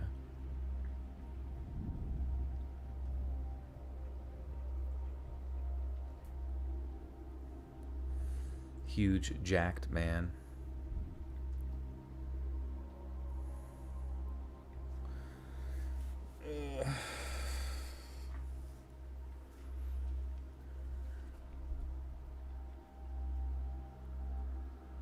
Bucket of chum. What's up, Waffle? I'm just tired right now. I don't even know.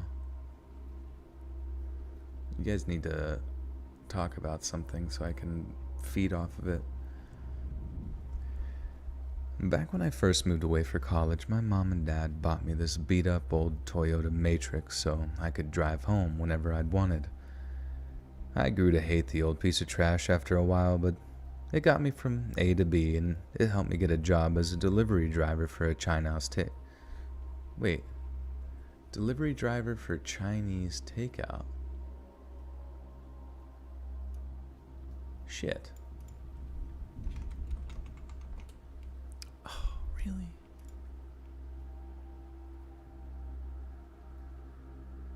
Whatever. I'm gonna call it pizza. So it fits my pizza shit. Did anyone else have a fat crush on Hugh Jackman? I loved him when I was a kid. I saw Wolverine. Yeah, Hugh is a hunk and a half.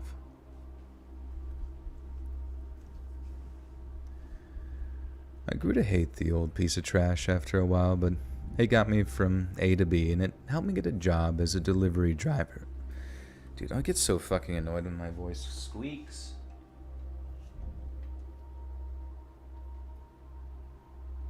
I just want to make it through a fucking story without my squeaky voice.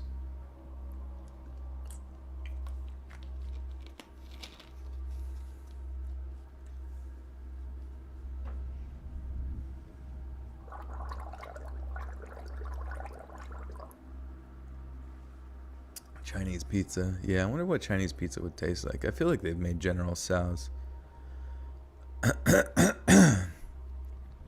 Fuck Fuck me, dude. I grew to hate the old piece of trash after a while, but it got me from point A to B, and it helped me get a job as a delivery driver for a pizza place, so I'll always appreciate the gesture. But then one night, when I was making a delivery, something happened that meant that from that night on, I never got into the driver's seat of it ever again. So, like I said, I'm making deliveries one night, and I'd just gotten back into my car after dropping off a bunch of pizzas at an apartment building when I suddenly realized I hadn't locked the passenger side door. And the only reason I realized I hadn't locked the door was because this guy opens up the door and climbs into my car. Then right as I'm about to tell the guy to get out, I see he has a gun. I'm too scared to even say anything, and he just points it right in my face and says all out of breath, "Drive."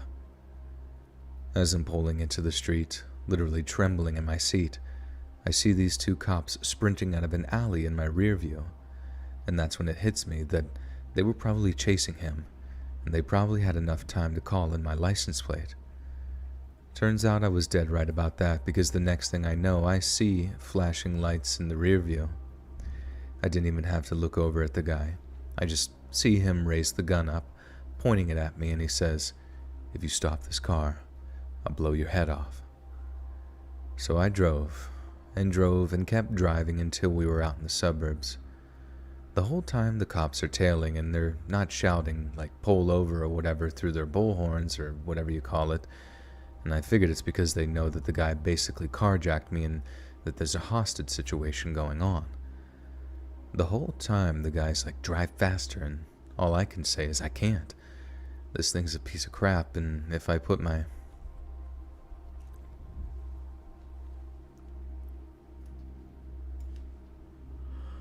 J.H. with Susan, what do you think of the name Hornball Harry? That's pretty good. Probably name my son that. Did you consciously change your narration style over time, or just... Fuck, it's dry down here. God damn it. I noticed your reading style definitely sounds different on earlier stories. Yeah. There was a time where I switched to like more spooky shit. Found a tone.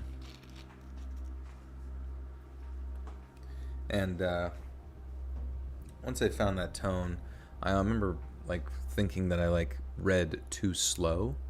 You know what I mean? And then so I started to kind of reading at like more of a normal pace, but still a little bit deep. And then I sort of like found my voice.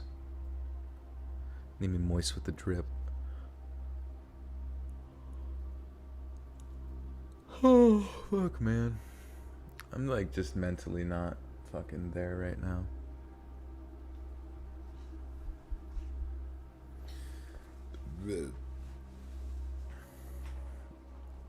No, I have the humidifier. Well, I do have the water. I'm not even does it help? I remember I used to have it on and almost felt like it was like collecting moisture in my lungs. It was fucking weird.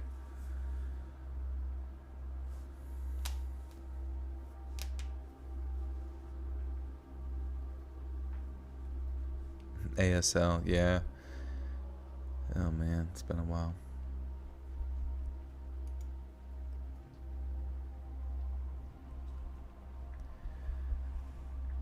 This thing is a piece of trash. If I put my foot down, the freaking engine might give out. I remember screaming. God damn it.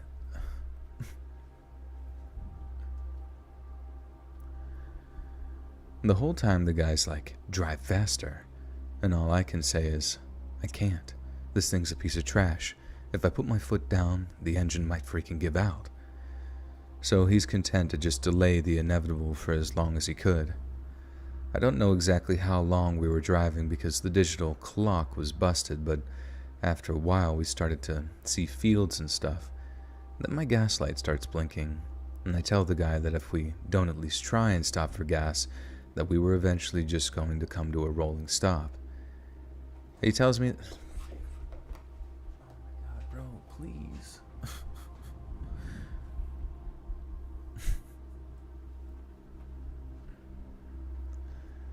I'm always curious, like if I were to like record in the little closet there, Pradeep would just like meow outside of it and smash himself into it.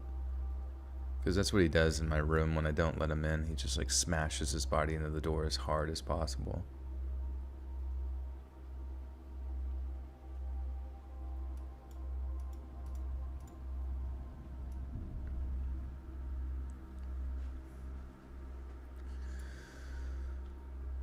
I'd be down to have an alien roommate. I'm living with one right now.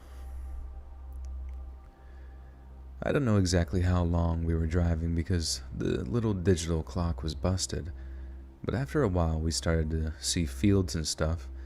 Then my gas light starts blinking, and I tell the guy that if we don't at least try and stop for gas, that we were eventually just going to come to a rolling stop. He tells me to stop at the next gas station we see, so that's exactly what I do. But not for the guy.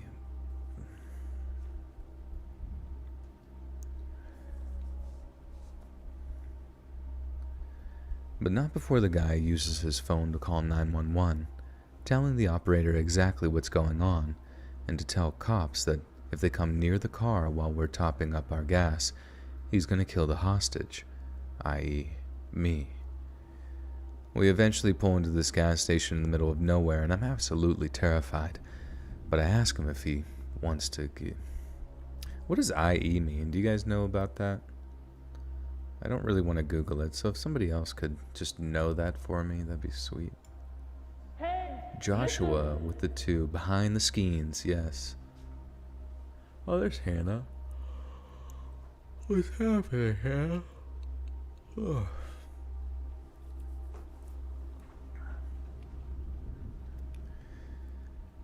We eventually pull into this gas station in the middle of nowhere, and I'm absolutely terrified. But I ask him if he wants me to get out to top off the top of the tank. God, dude. But I ask him if he wants me to get out to top up the tank. He looks around and sees it's one of those pumps that stays locked unless you pay first, so he says no, and that he has to think of something else. Has to think something out before he...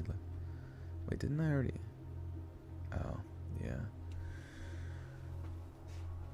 Oh, it's tough, like, having a normal sleep schedule and then, like, streaming late. But this is, like, the times that you guys are, like, on. So I'm always so fucking tired at the end of the day, and I have, like, no energy for being cool guy. My voice is butterflies, thank you. Josh, thank you for the 1.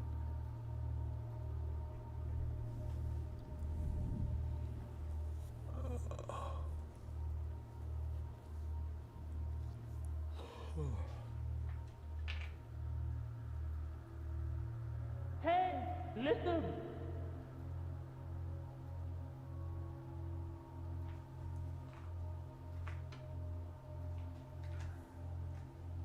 Oh yeah, the push-ups.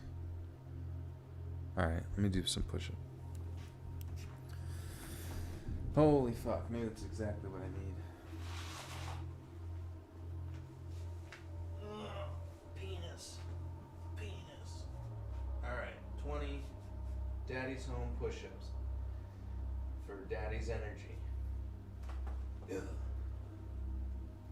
1, 2, 3, 4, 5, 6, 7, 8, 9, 10, 11, 12, 13, 14, 15, 16, 17, 18, 19, 20.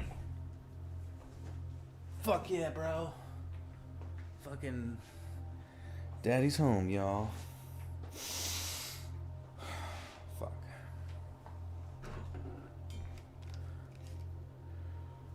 It really does make a difference when you like tilt your hands inward. Like, it uses a lot more of the chest, I feel like. And maybe like less of the tricep. Face reveal? No, I don't want to do a face reveal. Josh with the 1. Thank you, Josh. Some visual proof.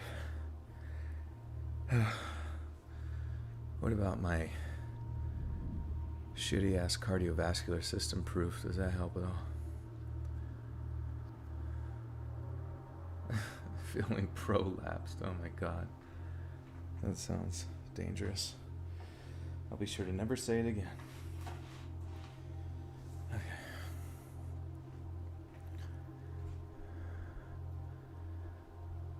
We're on story 2. Why not? I don't know, dude. Do you want to hand out your...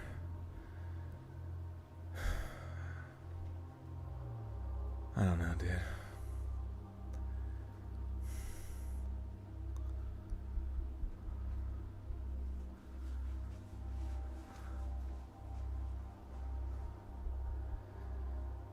We eventually pull into this gas station in the middle of nowhere, and I'm absolutely terrified. But I ask him if he wants me to get out to top off the tank.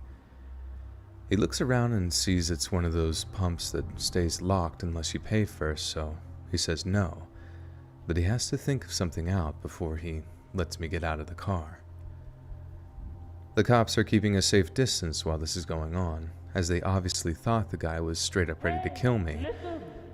And I'd be lying if I said I didn't think that too.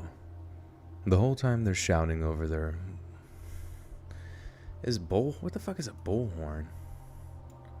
I know it's like a mic system, but I figured it would just be like a... I'd never heard it like called a bullhorn. That's funny. Liv with Zeus is so sleepy, so I'm out. Good night, night, Liv. Adios.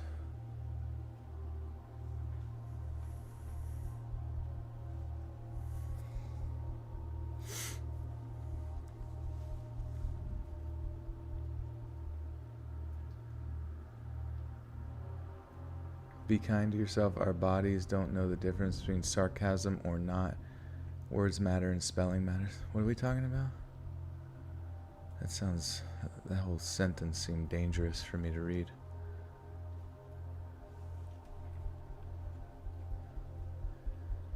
The whole time they're shouting over their microphones. I feel like I gotta use it. I don't like using the word bullhorn. That sounds so like random.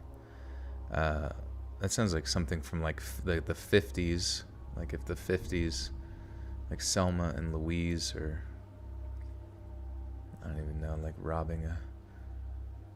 They use it at a game, talk through, make noises. Okay, I just feel like...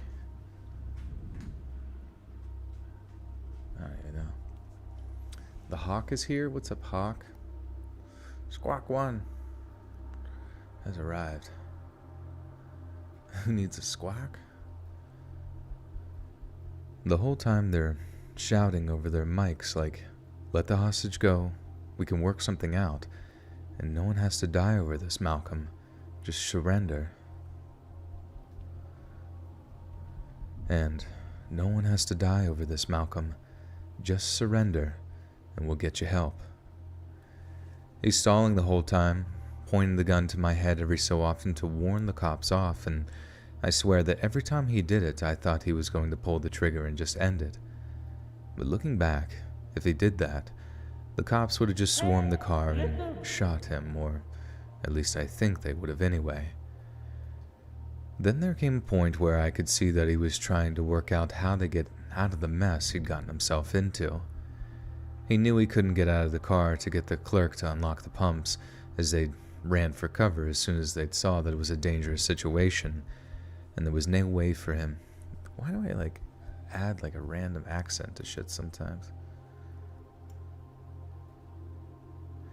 Josh with the 2 says, have you ever done any scary concert stories? I actually have, yeah. If you search back through the page on the little search magnifying glass, I believe concerts were one I had done back in 2017 or something. Why am I out of breath? Oh, it's because I'm dying. And that's what happens when you die. You can't breathe. He knew he couldn't get out of the car to get the clerk to unlock the pumps, as they'd ran for cover as soon as they saw that it was a dangerous situation, and there was no way for him to get their attention. Then he seemed convinced that if I got out of the car, I'd run off to the cops, right away, which, to be fair, was my number 1 escape plan at the time.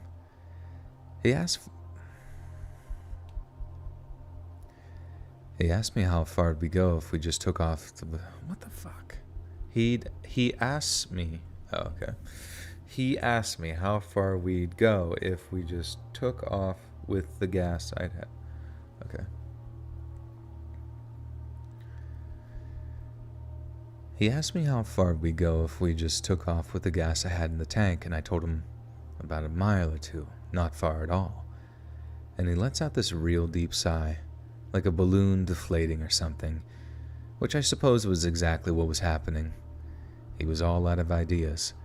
He knew this was the end of it, and right then, I realized that was the point that he was at his most dangerous. I was pretty much convinced I was going to die by that point, having gotten into my head that the guy was going to just go out in a blaze of glory by shooting me and then unloading.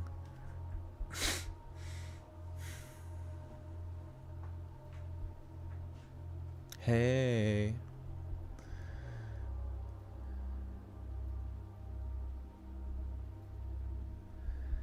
I was pretty much convinced that I was going to die by that point, having gotten it into my head that the guy was going to just go out in a blaze of glory by shooting me and then unloading the rest of his ammo onto the cops. And then when I heard him say himself, "Screw it," and he did something to the gun, like cock it or take the safety off, I thought to myself, this is it. This is how my life ends. In a trashy car with some loser maniac. I shut my eyes, felt my hands gripping the steering wheel so hard I could feel it shaking, and then bang. Only a second later, instead of feeling, well, nothing, I found I could open my eyes. But the first thing I saw when I opened them was a few specks of blood on the dash near the passenger side. Then when I turned, I instantly started dry heaving, because the guy had obviously put the gun in his mouth and pulled the trigger, because there was a ton of blood and chunks of brain matter all over the ceiling of my car. I opened up the door and was puking with my hands raised above my head while I heard the cops shouting, "Get down on the ground." I had to lie in my own puke, man. Just lie there while they ran over with their guns on me just in case I was somehow in on it.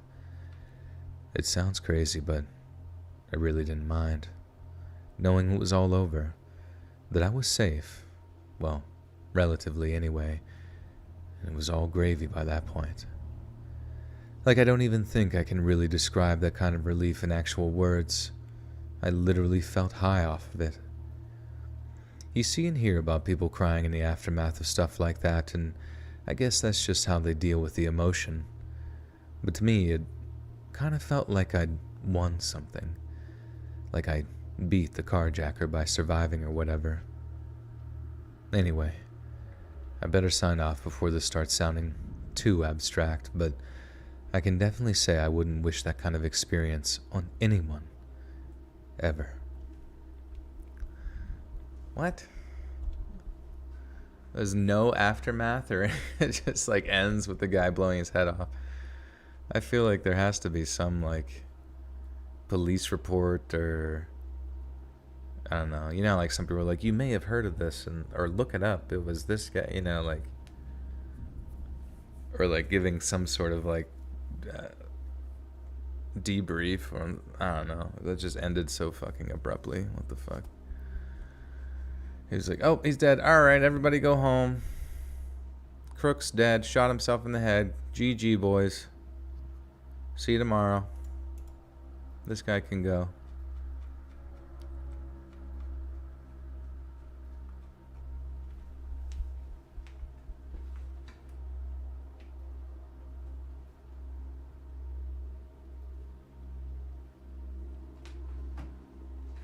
I'm honestly like too fucking tired right now. Yeah, did he at least get a new car? Did he clean out the car? Did he... I don't know.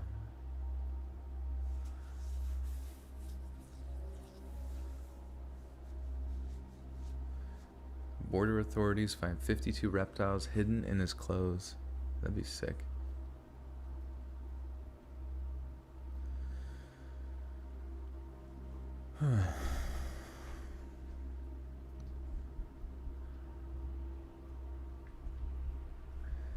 I'm a girl in my late 20s, and I just want to tell all the other females out here, do not get a job as a delivery driver. Ever. It puts you in some seriously dangerous positions, and I learned that to my ultimate detriment. And the thing is, I kind of figured that out before I took a job as one, and I just didn't think it could ever happen to me. I'd considered myself tough, street smart, and definitely not the kind of girl who exudes a sense of vulnerability. But that didn't help, and it didn't save me when it mattered most. So like I said, I knew working for DoorDash would pose its own set of unique problems, but as you can probably guess already, my financials were in such a dire state after my business went under that frankly, I didn't have much of a choice. It was either swallow my pride and don the red hoodie or risk having to move back in with my parents back in Connecticut. Don't get me wrong, I love my mom and dad, but I didn't move to New York just to run back home with my tail between my legs when things got tough. It actually turned out to be an okay job at first, but then came an order on Friday, February 11th, taking a pizza from Patrizia's.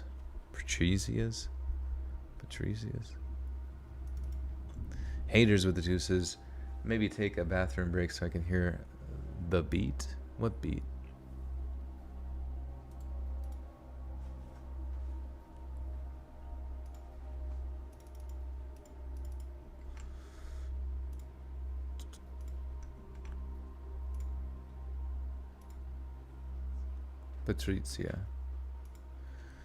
Patrizia in Williamsburg to a place in Eckford Street up in Greenpoint. Joel is God, capital G. I don't believe in God, right? No, I believe in God. I just have no fucking clue where he is.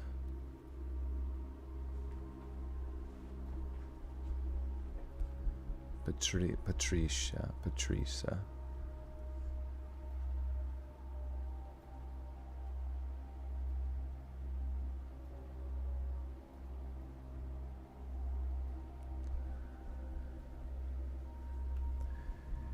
It actually turned out to be an okay job at first, but then came an order on Friday, February 11th, taking a pizza from Patrizia. Patrizia.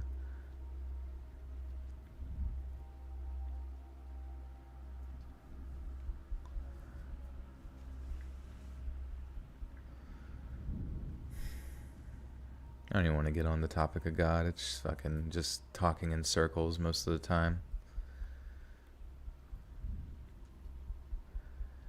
Actually turned out to favorite sports team. The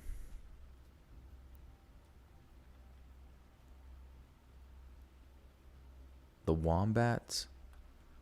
God needs a nap. God does need a nap. I don't know. I guess I get more annoyed with like what? I don't know. You know what I mean?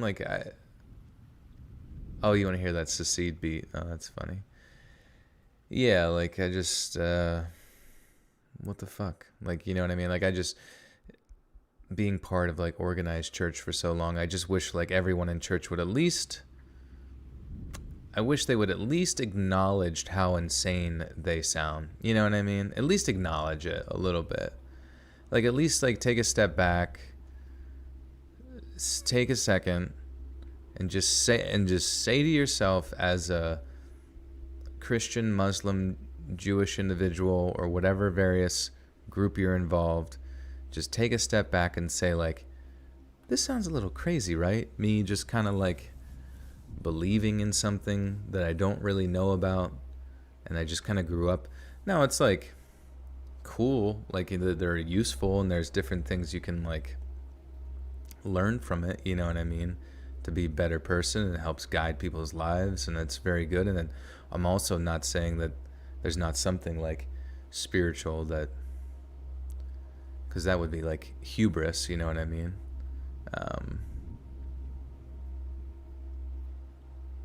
Whatever. That's the thing. I'm just talking in circles. It's fucking pointless. Who gives a shit? Just have fun. Live your life.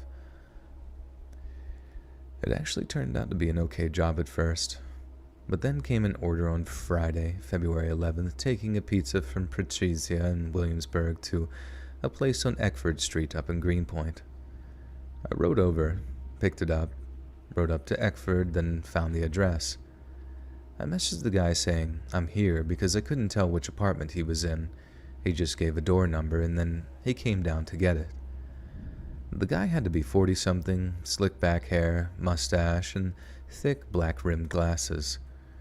Worst thing was, he came down in a robe, stained vest, boxers, and gripper slippers. He didn't seem dangerous, not at first, anyway. He was just a creep, because his literal first words to me were, "Oof, you're cute." Cute is the last word I'd use to describe myself, and the guy in the robe was the last person I'd ever take that kind of compliment from. So needless to say, the displeasure must have seriously registered in my face, because the next thing he says is like, "Someone having a bad day, huh?" The retort came to me in an instant, not until I ran into you. But I kept myself from... Oh, I see. If I did sermons... I don't know. That's the weird thing, too, about church, is that, like, I remember, like, they tried to get me, like, at the time that I did it, they try to get you into, like, they want you to go further into it, you know what I mean? They want you to go more and more into it, you know? And it's like... like, you always hear those stories about those people who are like, "Oh, I was shot at, like, 9 times in the Congo," or some shit, "and none of the bullets hit me, and that's where I need," or, you know, like, they had a dream about Jesus or something, and, like, or they crashed in an airplane and should have died, and then they went and saw God, and, you know what I mean? Like, all of those, like, crazy experiential things that, like, you read about in the spiritual texts, where they, like, say, like, what was his name? Like, remember that guy Paul? He was, like, thrown off a camel, and then he saw, like, Jesus, and Jesus is like, "Yo, bro, what are you doing? What are you doing, Step Paul? You know, stop killing everyone." And then all of a sudden Paul was like, "You saw a miracle last week, Hannah? What did you see? What if God farted and here we are?" You know, it's certainly possible. I don't know. There's so much shit that happens in this reality that it's just... How the fuck can you know? You know what I mean? How can you know? And I think the worst part about, like, church and shit is that they don't want you to know. They, like, you're supposed to just kind of, like, be like, sure, you know? If I, you know, because it's more like, it's like a fear-based thing, you know? Like, you're afraid that if you don't just accept it, you're fucked in the butt, you know what I mean? Paul was transformed. I understand. Please don't. Like, this is what I'm saying, dude. Please don't, like, talk about, like, religion in the chat, like, as if though it's, like, absolute truth, because... Like most people just quote it, you know what I mean? They quote it and then they say, like, you see it in, like, comments all the time, and it sucks because, like, I'm not, like, anti-religion at all. I see the benefit in it, you know what I mean? It's so much to type. It's whatever, Hannah, no worries. But, like, it's just, I don't know. It's just, like, it's frustrating to me, like, the people that are, like, very vehement about their religion and stuff, because they read it in the text, they see it in their head, and somehow that just equals reality to them. You know what I mean? Like, that's just reality. That's the reality of, like, it's like if I read Harry Potter and I said, like, Harry Potter was transformed. Do you believe me?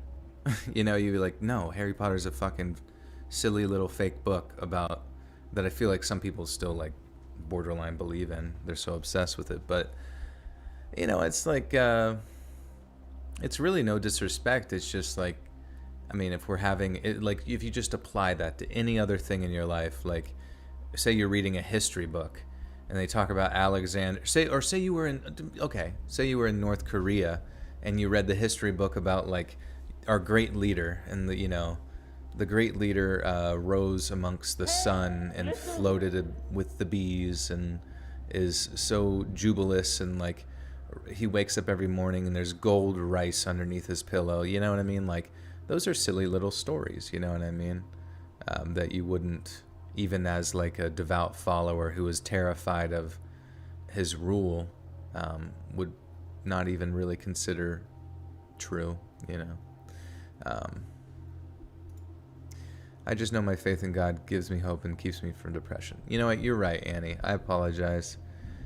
I don't wish to rob anyone of hope, but I guess it's just something. You know what? I won't talk about it anymore. You're right. I don't want to rob anyone of hope if they have hope. It's not a good thing to do. D Boyle with the 2 says good content. Appreciate it. Thank you, D Boyle. How about that Fortnite? Fortnite! We love Fortnite! We love Fortnite! Well, at least we don't have a god that forced us into a dimension of torture and stuff, I guess. Yeah, that's true.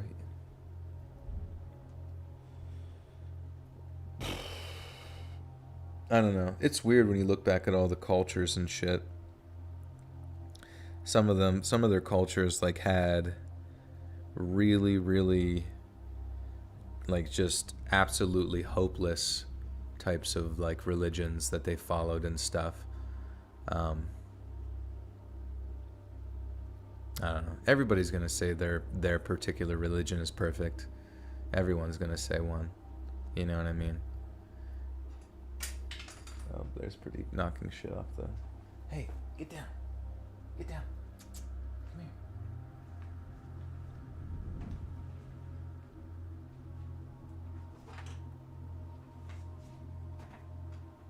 I think the worst thing about like animals sometimes is like they're in like a bunch of like really. They're in like a bunch of like really like fragile shit. And then if you even like give them any sort of inclination that they should be anxious because they shouldn't be there, they like zip zap a doodle off the fucking thing and knock everything over. Kitty cat chaos. He really does it. He just like causes. I wish there was something I could like give him. What the fuck? He literally chased after his shadow for no reason against the wall. That's hilarious. I look over at him and he just like smashed his like face into the wall because he was chasing his own shadow. This guy's going nuts, man. How old is Spirit Deep? He'll be, he's 7 now, but yeah, in June he'll be 8 years old.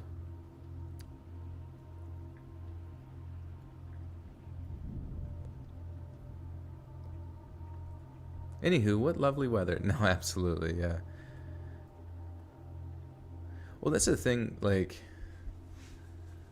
I don't know, man. Like after studying like a little bit of like stoicism, I'm like, this seems very nice, like why can't our religious cultural systems of modernity, the contemporary cultural systems of religion and stuff, be like really nice ones, like stoicism, you know what I mean? Like it seems way more nicer, like it's like it's not like focused on like going to hell, and burning for eternity. Why? Because you like why? What do people go to hell for? Lying, cheating, looking at RedTube, Simpsons stuff. It's just it doesn't focus on like going to hell. Because going to hell, like, isn't that part of the reason people go to church? They're just like terrified of going to hell.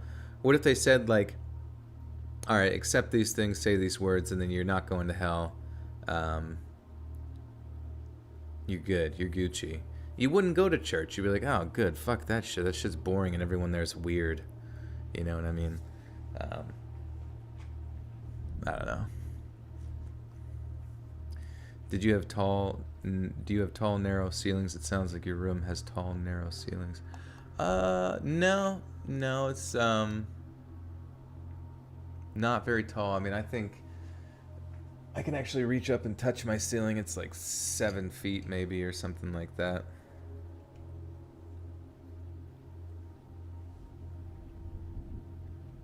Imagine being born. I am back. I broke down and had to get some pizza. Hell yeah. Worth it.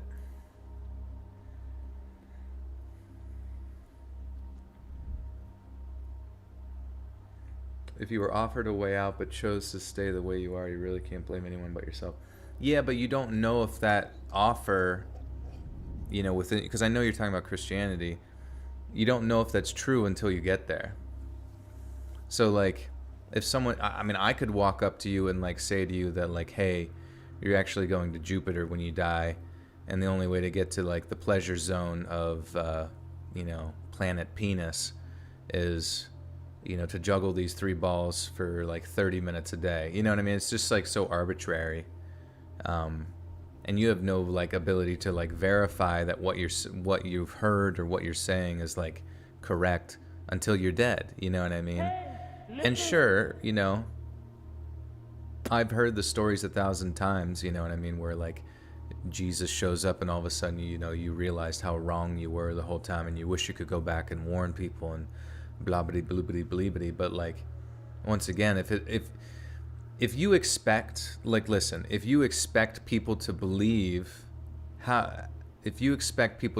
your story, you know what I mean? Like, why would you expect someone to believe your story? Just like I said about fucking Planet Penis or Harry Potter, like, why would I expect any of you to believe those stories? In the same fashion, why would you expect someone to believe the Bible or the Quran or the Torah or any of those things? You know what I mean? Like, what? The thing is that I'm not trying to, like, have an argument with you the way that you think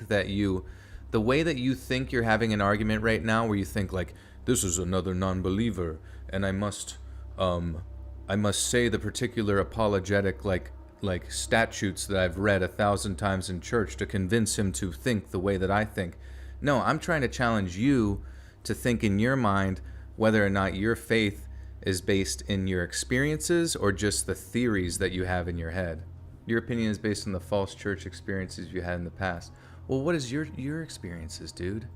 What is your experiences? Have you seen crazy stuff? If it's all been experiential, then I totally get you. You've seen maybe cool things. Maybe people have floated and walked on water, or you've seen people resurrected from the dead. That's your experience. But, like, other people, like, you can't expect them. You literally cannot expect them to believe anything. You can't expect them to believe anything if they haven't experienced it. You know what I mean? And it's frustrating that people come up in, like, a church type situation and just expect that you are supposed to be on their level when you have not been or lived their life. You know what I mean? You can't derive reality from secondhand word of mouth. That's absolutely true. It's just like your opinion, man. Yeah. It's been 1,000% experienced.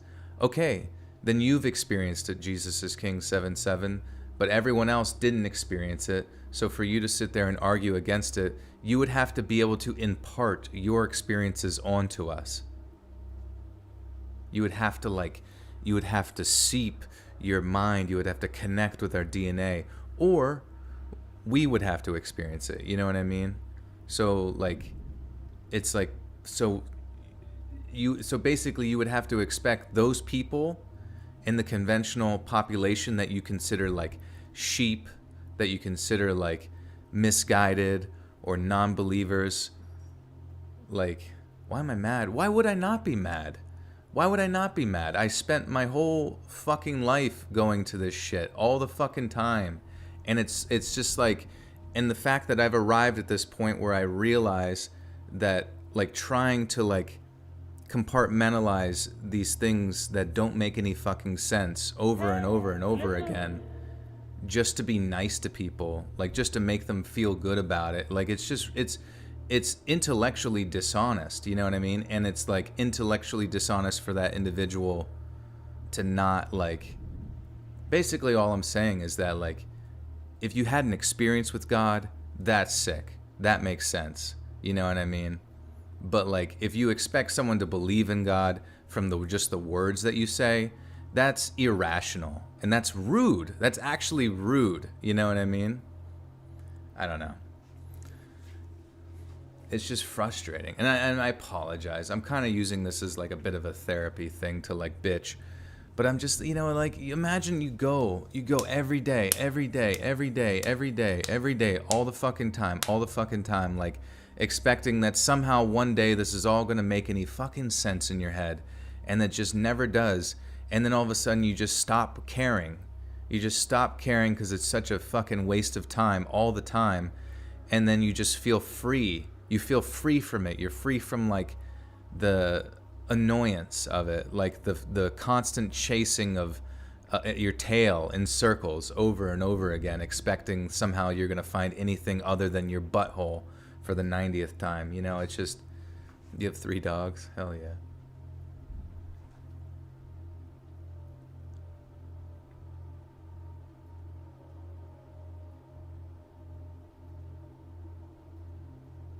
Drunk ramblings between family members. It pretty much is, yeah.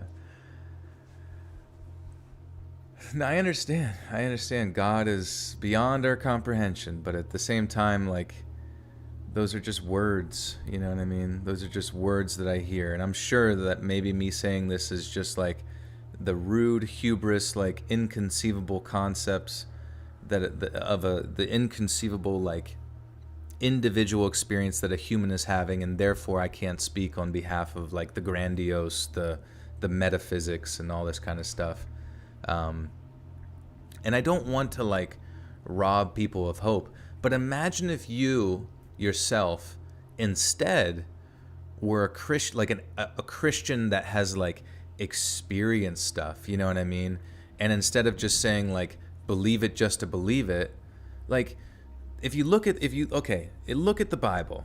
Look at the Gospels, the 4 books, right? I'm just using that because I'm familiar with it. You look at those, and it's like Jesus went around doing magic tricks the whole fucking time and miracles and stuff, and everyone was like, holy shit, this is pretty legit, because he just made my brother, who was, stuck on a mat all day and we had to carry him everywhere. Now he can fucking like sprint and is the best at soccer. You know what I mean? Like, I just, like, that would be something where you're like, guys, this is pretty serious. We should take it seriously. You know what I mean?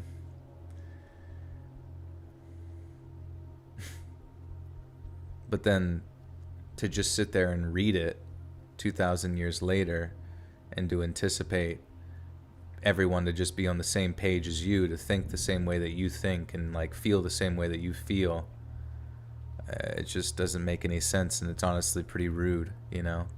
And then even worse, to go and like evangelize something that you yourself don't really hold true, it's just like,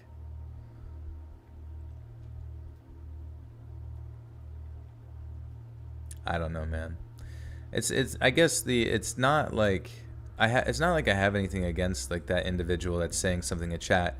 It's just that it's just what they're saying is so consistently the same thing that I've heard 1,000 times from people.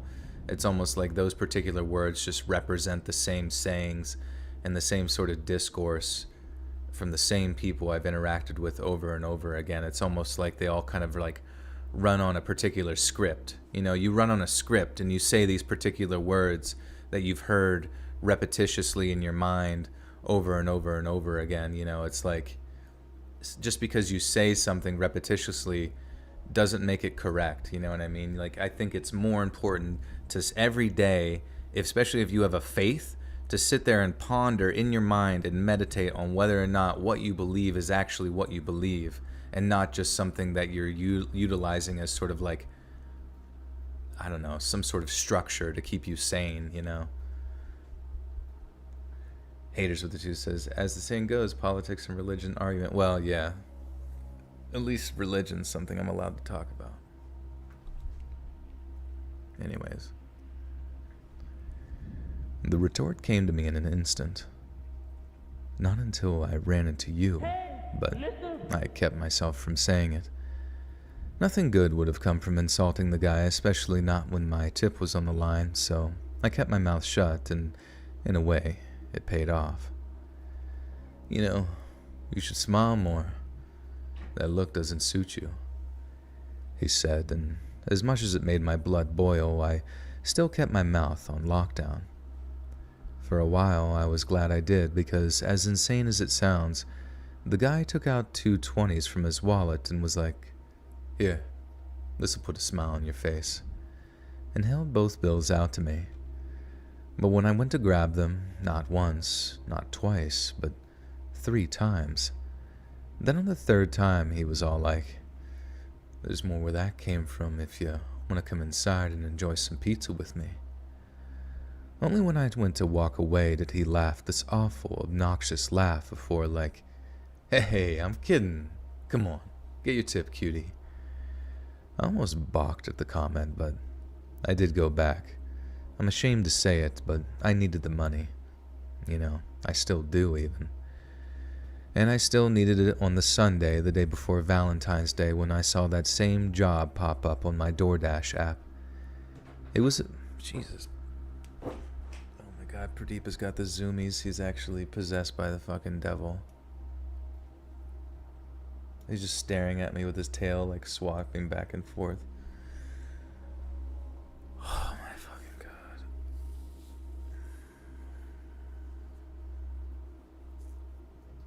Waiting like 30 minutes for me to read. Well, here I am.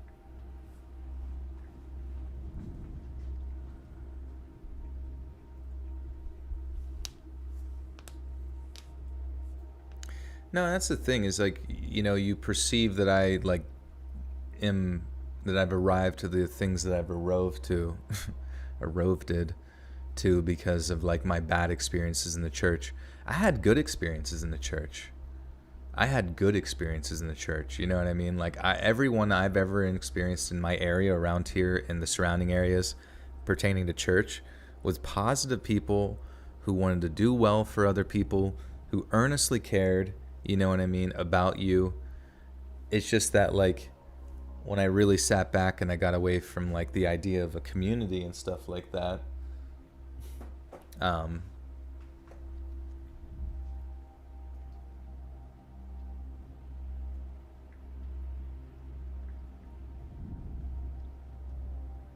you know, it just didn't make any fucking sense. It's just like any book. If I were to, you know, I don't know. And that's the thing, is like, yeah, being the like repent or burn type of Christian, like that's like the worst type, man. Shame on you, Joel. You deceived by Satan, lost a fan. Unlucky, man. Maybe God will help you forgive me.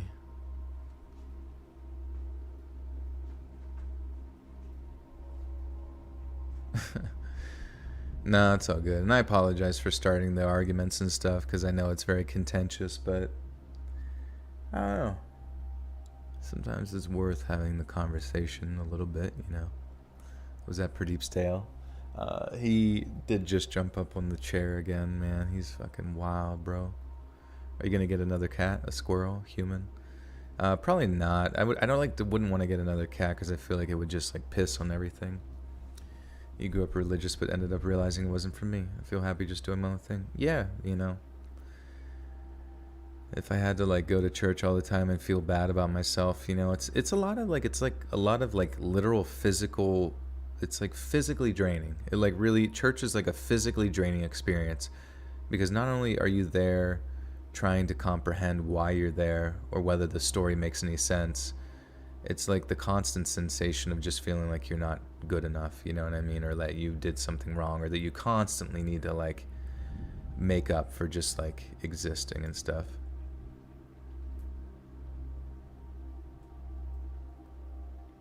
I'm gonna start with the horror stories. I think I'm just gonna skip them. I'm just not gonna, I think I'm just done. I'm done with Let's Read. I'm just gonna quit and go be a monk. Go join a monastery. Believes in unicorns with a 2, says ain't no hate like Christian love. I mean, it really does. It really does vary. You know, I'm like, cause, like I said, all the Christians I interact with, good, honest people. But yeah, and I never had to interact, thankfully, in real life with the fire and brimstone stuff. Though there were some like people that would stand on corners and like yell stupid shit. But I mean, everybody, even in the normal church, were like, yeah, don't talk to that guy, you know, or like he's a bit weird, or he doesn't have the grace of God, or blah blah blah, you know. Oh my God, Pradeep, please.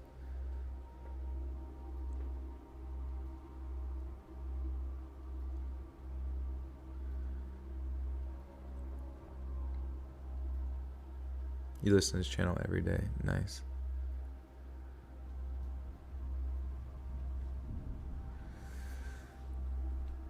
I think a lumberjack would be good. Be a good lifestyle.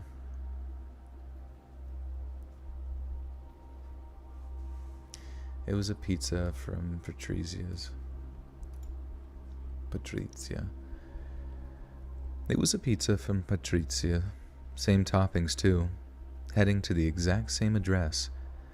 All I could think of was that $40 tip and how Valentine's Day would be a lot less embarrassing if I could actually split the restaurant bill with my boyfriend. He had insisted on being chivalrous about the whole thing and covering the bill himself, but I'm really not that kind of girl. I don't care who you are. I pay my way in the world. So I took the job and went through the motions again, to Patricia's, to the apartment, and to his door. Again, he's cracking jokes when he sees me, wishing me a happy Valentine's Day and asking if I had anyone to spend it with.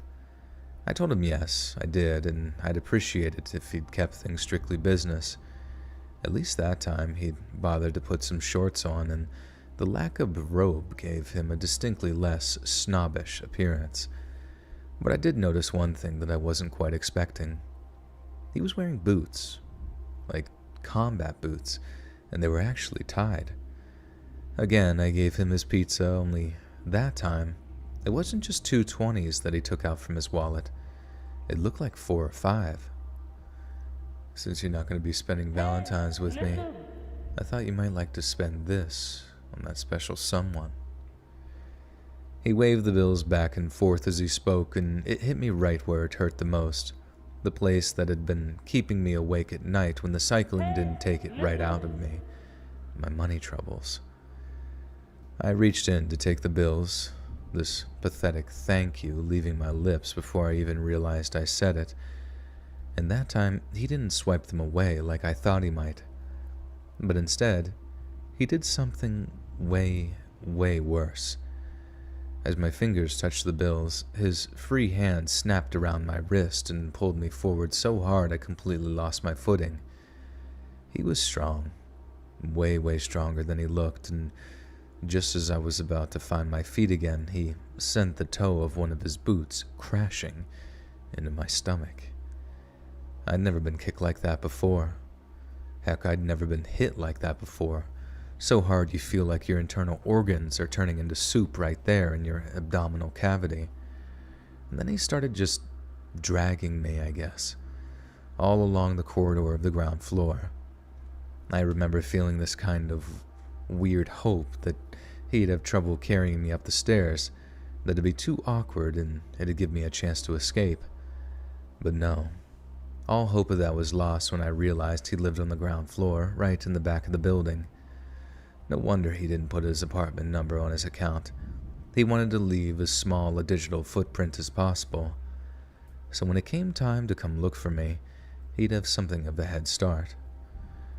Now, obviously, things worked out okay for me, or I wouldn't be here to actually write this. But back on that wooden floor, trying to catch my breath and stand up, it really didn't seem that way.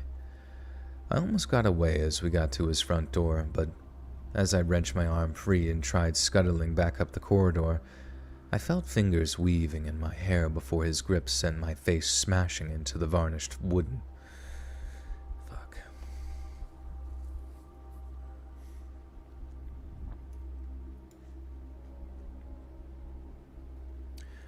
Our very own with the 10 New Zealand dollar. Love your vids, man. Watched for years. First time I've caught it live. Yeah, sorry for bitching about religion. That's just kind of a theme once in a while. But thank you for the 10, my friend. Good to hear you. Good to see a fellow, well, not a fellow Kiwi, but a Kiwi here. Mark O with the 5 says, we all appreciate you, Joel. You got this. Your narrations are well worth the hassle. I appreciate it, Marco. Thank you. And Heather with a 10 says, you are appreciated and thank you for sharing experiences and understanding. Yeah, it's like, I guess it's just I've arrived at this point where it's like, I'm not rude enough or self-centered enough to think that, like, a God doesn't exist, you know what I mean? And that there's not something beyond our understanding of reality.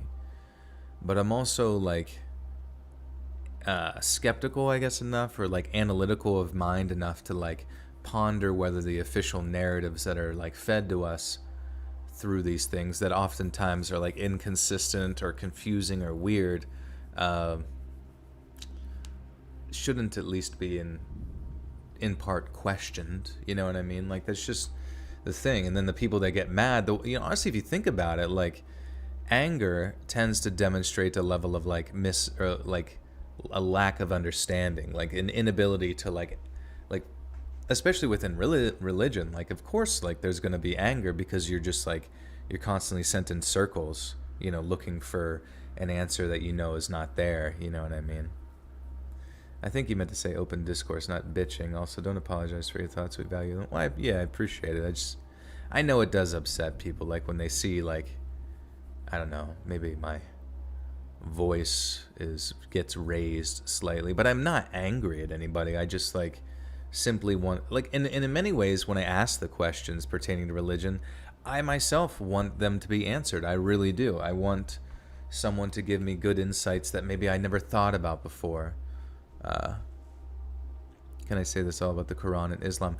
I did. I said it earlier pertaining in the same way. It's just that I'm bringing up, I said it about, you know, Islam. I said it about Judaism, not in a hateful way, obviously. I'm just saying it's all confusing stuff. It's just that I had more experience with Christianity to sort of, like, you know, cherry pick specific things to, like, describe from my experiences. But at the same time, like, I've known people who have been in Islam and left the faith of Islam because of the different things that they disagreed with culturally and belief system wise and religiously, and you know what I mean? Like, everybody goes through that, you know.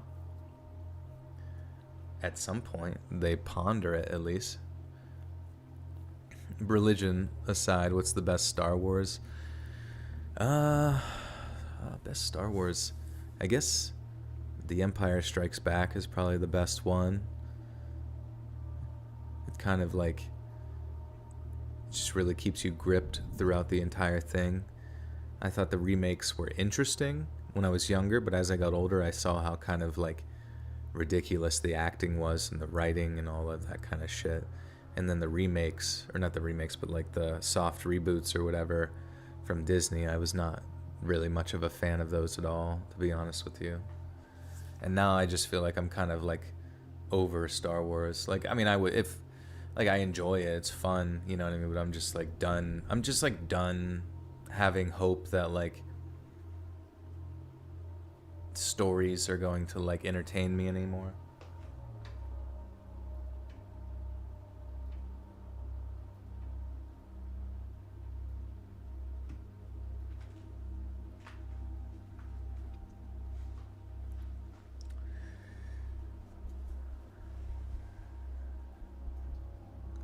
Mike Winger on YouTube. Yeah, I mean, I don't know. I think the weird thing is that I tried so hard for, like, most of my, like, 20s to, like, kind of, you know, try to make understanding of the earth, of history, of everything within the specific context of Christianity, so it, like, fit my worldview. But it was just like when you're, like, stricken all the time with, like, a you know, complete opposition to that, you know, on, like, a larger consensus from all sorts of, like, different perspectives, and then you start to, like, consider the abstract concepts that, like, Christianity is making, and just religion in general. You start to, like, say to yourself, like, Is this really as valid as it is? And at the same time, I'm not negating any of it. I'm just saying that, like, I think it's very healthy. I think it's very healthy for individuals to, like, ask questions in the same way that there's different cultural things within, like, politics and other stuff like that. Like, you should be allowed to ask questions, and anybody who shuts you down, to me, is nothing more than like a religious zealot when it comes to their beliefs. And zealotry is not a healthy way to exist, you know what I mean? Especially within a society. Marco with 5 says, how would you react if Pradeep was able to talk with the same voice like you? It would be a trip when you can't sleep. I mean, I would hope he would say something good. I'd like to have an actual conversation. But if he just said, like, what I assume he's probably constantly thinking just nonsense, like, Hey, listen. food, food, food, pet, pet, pet, pet. You know, I don't know. I just feel like he has like a pretty basic algorithm he goes through.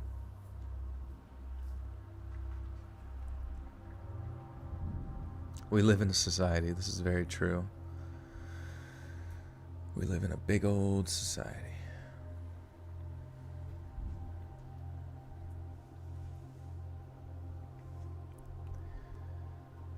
Almost got away as we got to his front door, but as I wrenched my arm free and tried scuttling back up the corridor, I felt fingers weaving in with my hair before my grip.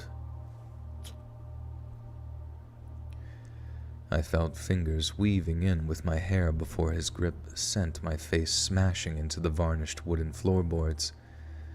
Then as he pulled me back, I felt blood flowing down the back of my throat and down my lips. A lot of it, too. My head was spinning, and the weirdest thing, I was actually seeing stars, just like in the cartoons. All these little shiny dots dancing around the sides of my vision. I felt far away from my body, real far away, and I thank God I came back to it before he went through with what he... Oh. Do a Shrek impression. Donkey! Get out of me swamp, donkey. Get out of me swamp. Wait. Who are you? Who are you? Who are you? I don't know. What does Shrek say? Get in my belly. Is that him? I do like that Mike Myers pretty much used the same voice. Dude, I wonder how much Mike Myers made from Shrek. And he just like, because it seemed like he made Shrek and was just like, all right, I'm done forever with movies. Shrek says, ooh woo. Ooh woo. Ooh woo. I feel like I can only do like screaming Shrek, but not even very good. I'm a sexy vampire ogre. Yes. Pugnette. Dank donkey. Jacksepticeye. Top of the morning to you, fellas. We're about to play a fucking video game. And today, oh, my hair is so fucking green. Oh my god.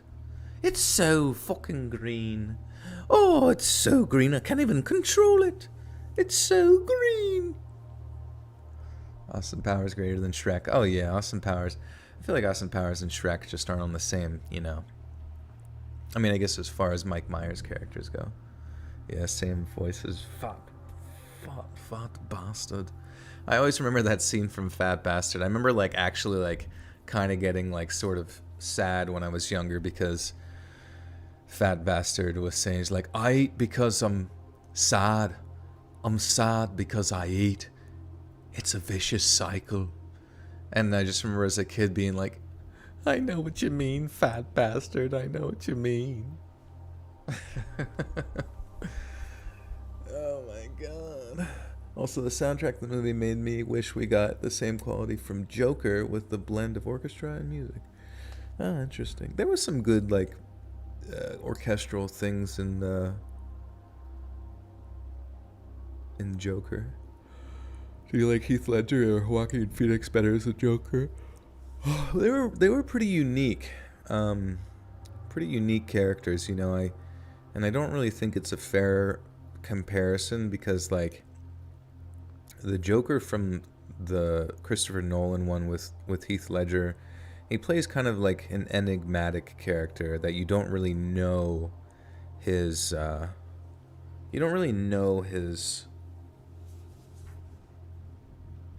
his origin, you know, because he talks about, you want to know where I got these scars, you know, like, and you don't know where it got it because he always tells a different story.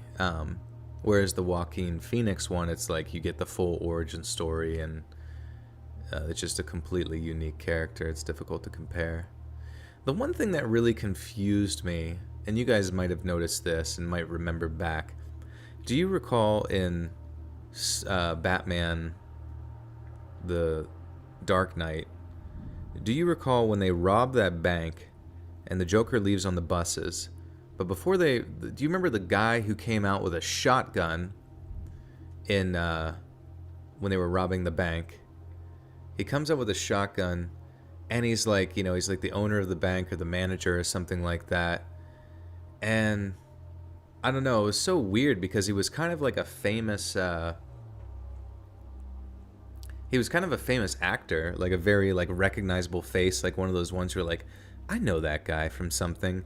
But it was, and then I think at the end he had to like hold a smoke bomb or something in his, or like some sort of gas in his mouth as it went off or whatever. And yeah, it was just like, who was that? Because it seemed like he had some sort of significance, or almost like it was like a nod to something, you know what I mean? But maybe Christopher Nolan just does that, where he's like, oh, I know various celebrities, maybe they'd like to have a small role in my film. I don't know. Because he kind of did that with, like, remember when Matt Damon was in Interstellar, just out of nowhere? It was just like, oh yeah, Matt Damon, you know, he's in Interstellar, and he's making potatoes on this other planet as well as Mars.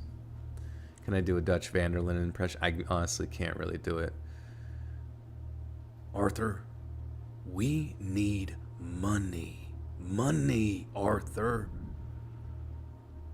Yeah, I can't really. Luke Skywalker's the best Joker. Yeah, he's pretty good.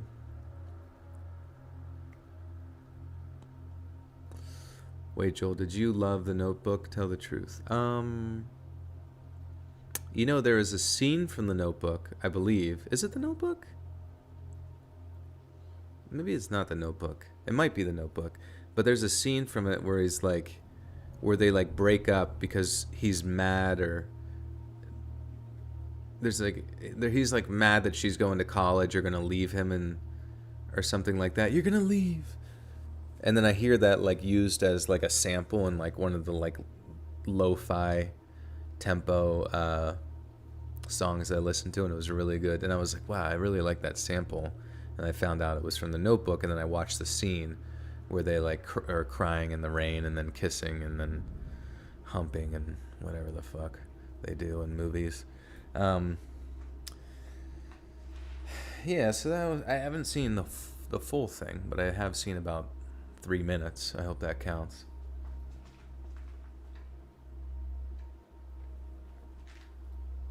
He had a plan. Dutch had a plan. I got a plan, Arthur. You always got a plan, Dutch. You always got a plan.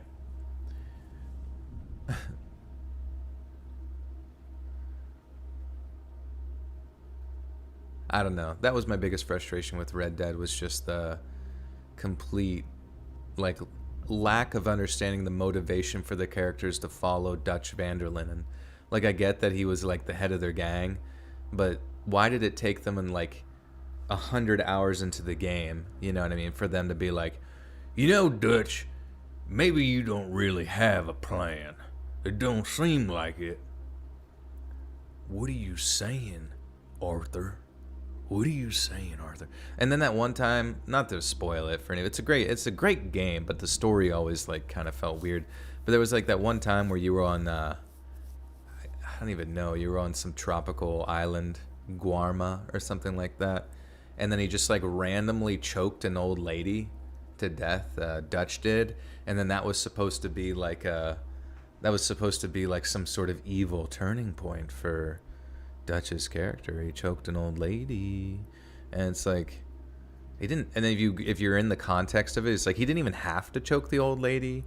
I don't know. It was just a really strangely like forced plot point for you to like, sort of like dislike Dutch slash like ponder his sanity or something. I don't know. I honestly pondered the sanity of the entire gang for listening to Dutch the whole time. Like as soon as I heard Dutch speak and say like, for the 50th time that we needed more money, I was like, you know, Dutch, maybe you need a better plan. I don't think money is really what's gonna solve your problems. Hey, I listen. play Little Big Planet. Yeah, that game was great. I remember playing the original. I remember trying to make like a tank in the game in like the creative mode, and I could not quite do it. It would like start to go and like shoot stuff, but then fucking like fall apart or blow itself up. Jacob with the 5 says, Stephanie and I are celebrating 3 years of marriage, and I'll let you know when Jolene is born. Oh, I appreciate it. We will be excited. I ever listen to death metal. I listen to death metal whenever I would like lift really heavy weights, just because it helped me get in the mood of just like, fuck this weight. But I've never listened to murder music before. I don't know what that is. You're doing shrooms next week. Can't wait. Maybe drop some of this package. Maybe drop some of this package and anxiety.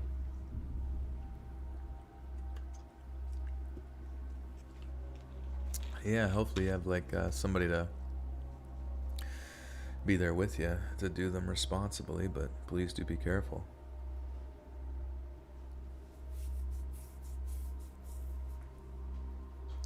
You would die for Joel to narrate Pride and Prejudice and speak the words of Dr. Darcy. What does Dr. Darcy say? Do I enjoy puzzles? I like puzzle video games. Those are actually pretty fun to me. But as far as putting together like a jigsaw, like I don't really do that too often.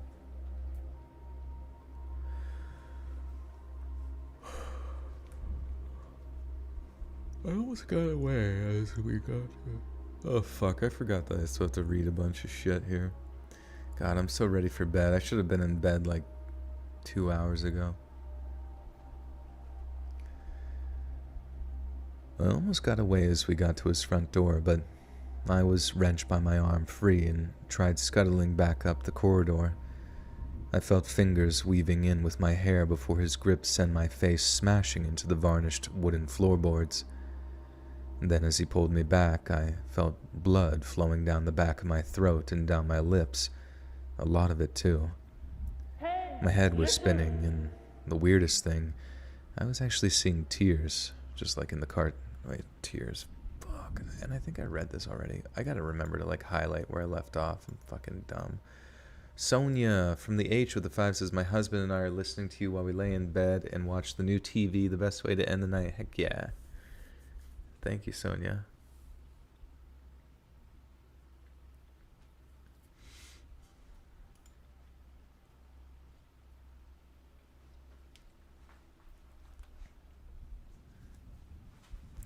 Bro, did he just say Dr. Darcy? Did he just...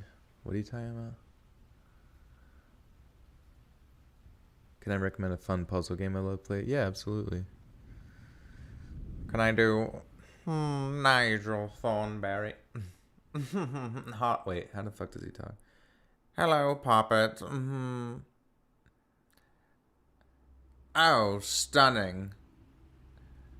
Oh, smashing, baby. Mr. Darcy, you uncultured swine. Oh, fuck off.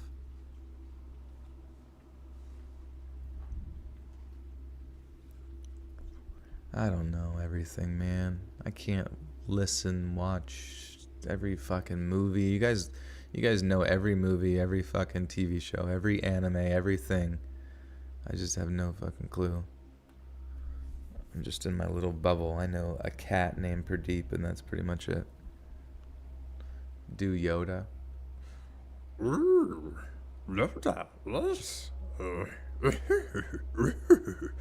Yes, they must. Anakin must. Oh no. How the fuck is it? You must.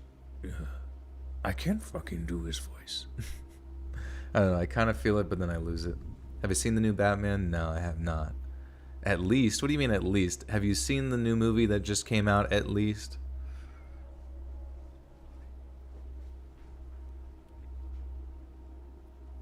Puppet sounds like Pirates of the Caribbean.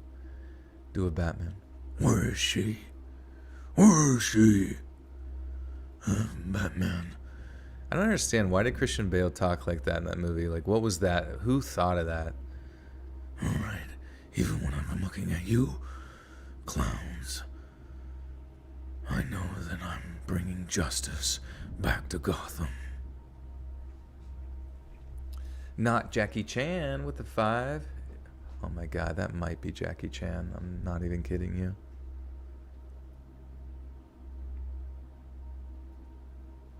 What kind of horror movies do I like? I like psychological ones.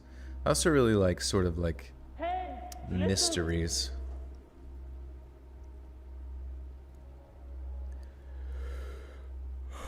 Am I married? No.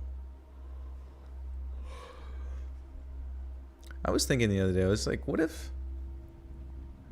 I don't know, we talked about this before, but maybe humans like aren't meant to get married. Like maybe marriage is just like a strange social concept that we came up with for all sorts of various reasons, and it just kind of stuck because the idea of like pair bonding is built into us evolutionarily speaking, but at the same time marriage by itself is just not necessarily natural when it comes to like our evolution. Am I trying to get married? I don't know. I mean, if it was like the right person, sure, but like jumping into it willy-nilly just seems like a liability. It seems like a really bad idea. Because I just don't know. How the hell are you supposed to make it your whole fucking life without like just not liking, like if you like someone now and you love them, like how are you supposed to like just always feel that way all the time forever? That just seems like, and then like also be around them all the time forever. That just seems like a weird thing to do. Jacob, would you collaborate with Mr. Nightmare? Absolutely, for sure.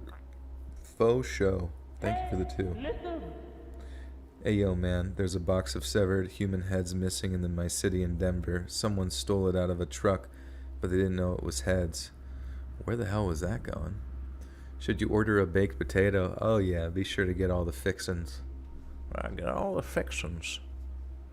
Get some, a little butter, little pepper, salt and pepper, a little bit of garlic, salts. Throw that in there, mix it all together. You got yourself a little perfect evening. Me and Mr. Nightmare should do a rap battle. It would be too easy. Love is a choice I keep making. I keep deciding to love my partner again and again and again. Yeah, that sounds like a pain in the ass. Like, eventually I'm gonna just, like, wake up and be like, you're kind of annoying. No, I'm just kidding. I'd be the best. I'd be the absolute bestest, coolest guy.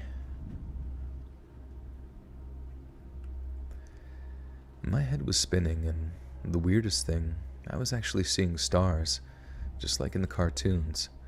All these little shiny dots dancing around the sides of my vision. I felt far away from my body, real far away, and I thank God I came back to it before he went through with what he intended to do next. All it took was throwing me against his bed, not like on top of his bed, more like with my face resting on the mattress while my knees were on the floor. I knew what was coming next. I could practically smell it on him, and again, I thank God that he made one giant mistake. He reached around, tried to hook his forearm under my throat. He'd seen that I was a fighter, or that at least I was trying to fight, and he obviously didn't like that one bit. So in order to make me much more pliable, he tried to choke me out so he could do whatever he wanted.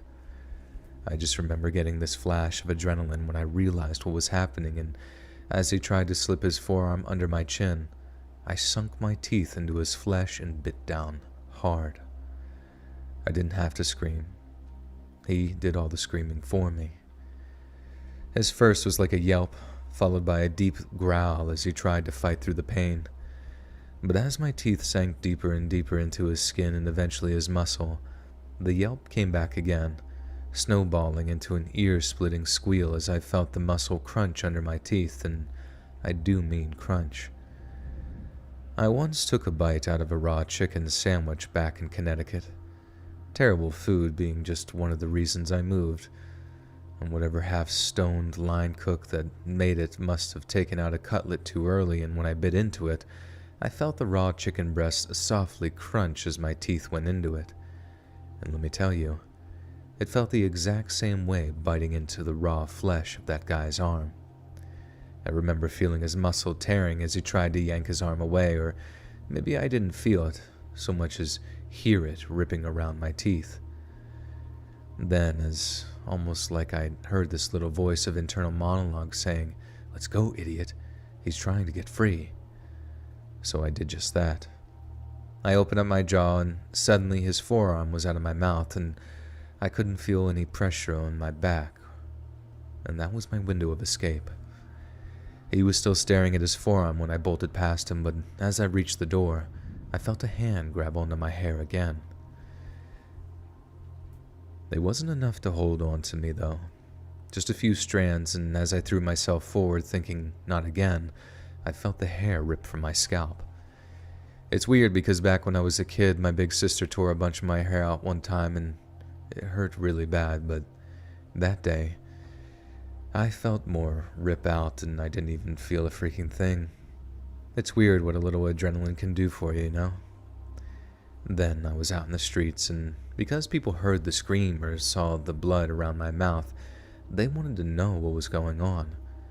A girl and her boyfriend wanted to know if I was okay, and all I could say was, "Call the cops," over and over again. And by some miracle, a patrol car actually showed up within 10 or 15 minutes, and after I told the cops what happened, they got into the apartment building and presumably went to make an arrest. And then here's where the whole thing gets really weird. The guy wasn't in the apartment. He escaped out the rear exit once he realized his screaming and my bloody mouth had caused a big commotion. But that's not the weird part.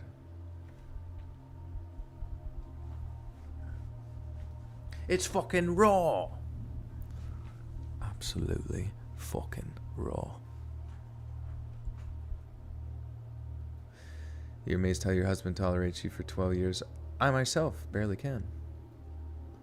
It's all good. Ever watch Lake Mungo? No, what's that about? The puzzle game is called I Love Hue 2. I think you'll love it. Yeah, that sounds sweet. I'd like to try that.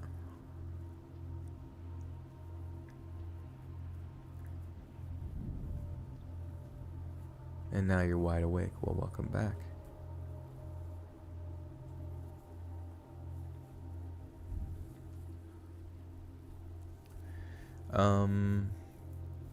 What was this saying? Was I reading a story? Someone rip out Hawk's feathers. We need it for a quill. A pen quill. Then, here's where the whole thing gets weird. The guy wasn't in the apartment. He'd escaped out the rear exit once he'd realized his screaming in my mouth had caused a big commotion. But that's the... Oops. But that... Fuck, man, what's wrong with me?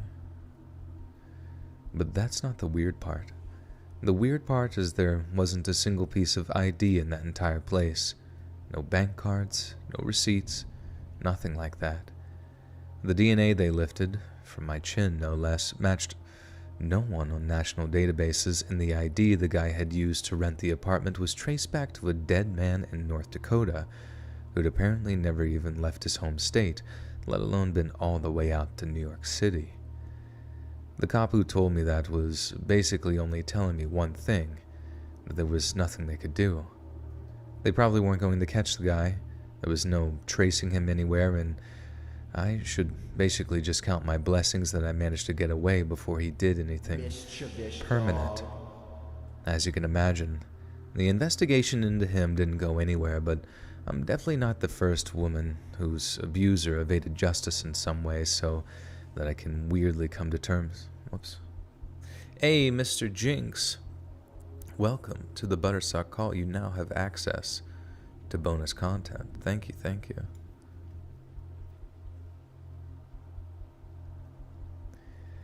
As you can imagine, the investigation into him didn't go anywhere, but I'm definitely not the first woman whose abuser evaded justice in some way so that I can weirdly come to terms. What the fuck? I don't know why.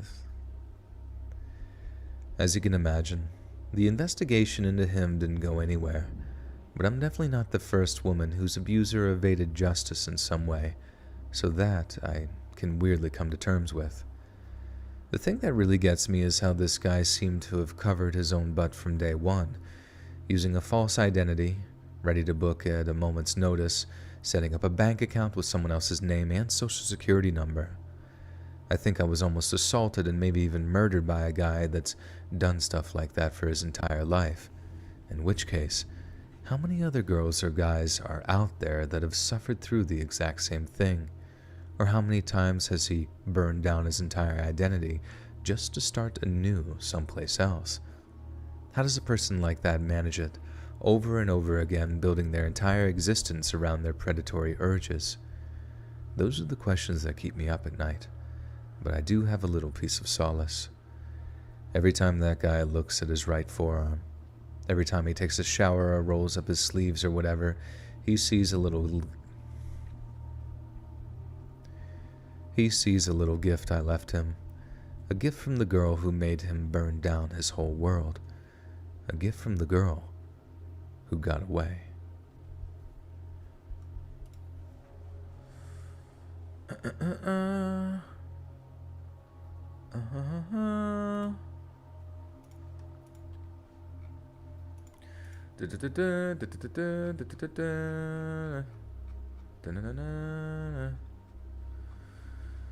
Oh man, it's cold. Marriage, I won't bother getting a partner because the last person I interested in me seemed violent, so I ghosted. Now they're in prison for 6 years. Turns out my gut was right. Do your background checks. That's a good idea.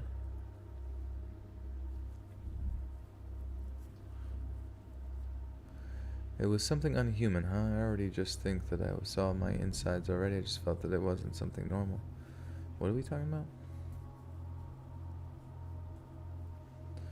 Story 3 down, story 4 and 5 to go. Oh my god.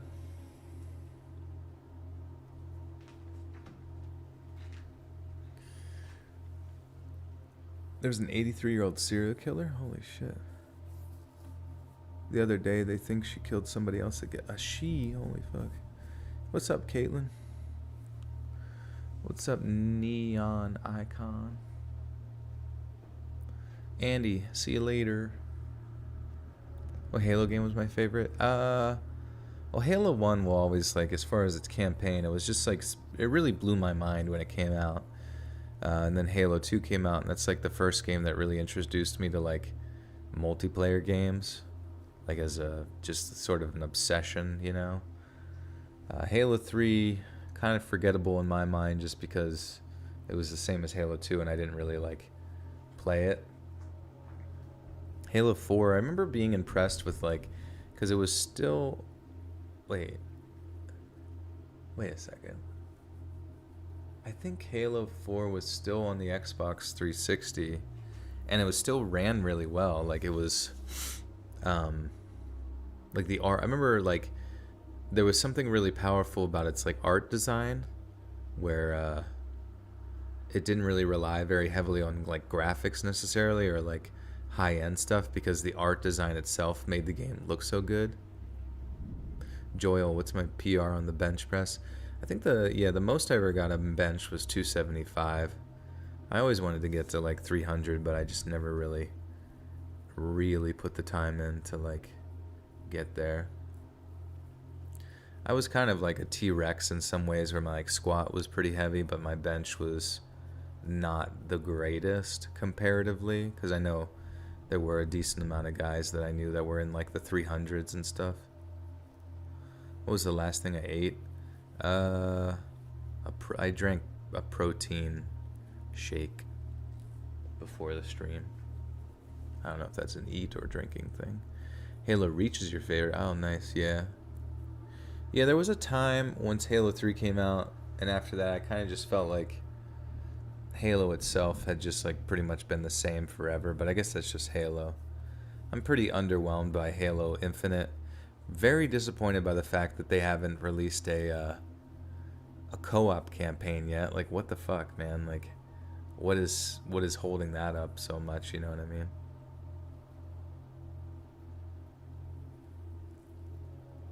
Until Dawn. I've never actually played Until Dawn.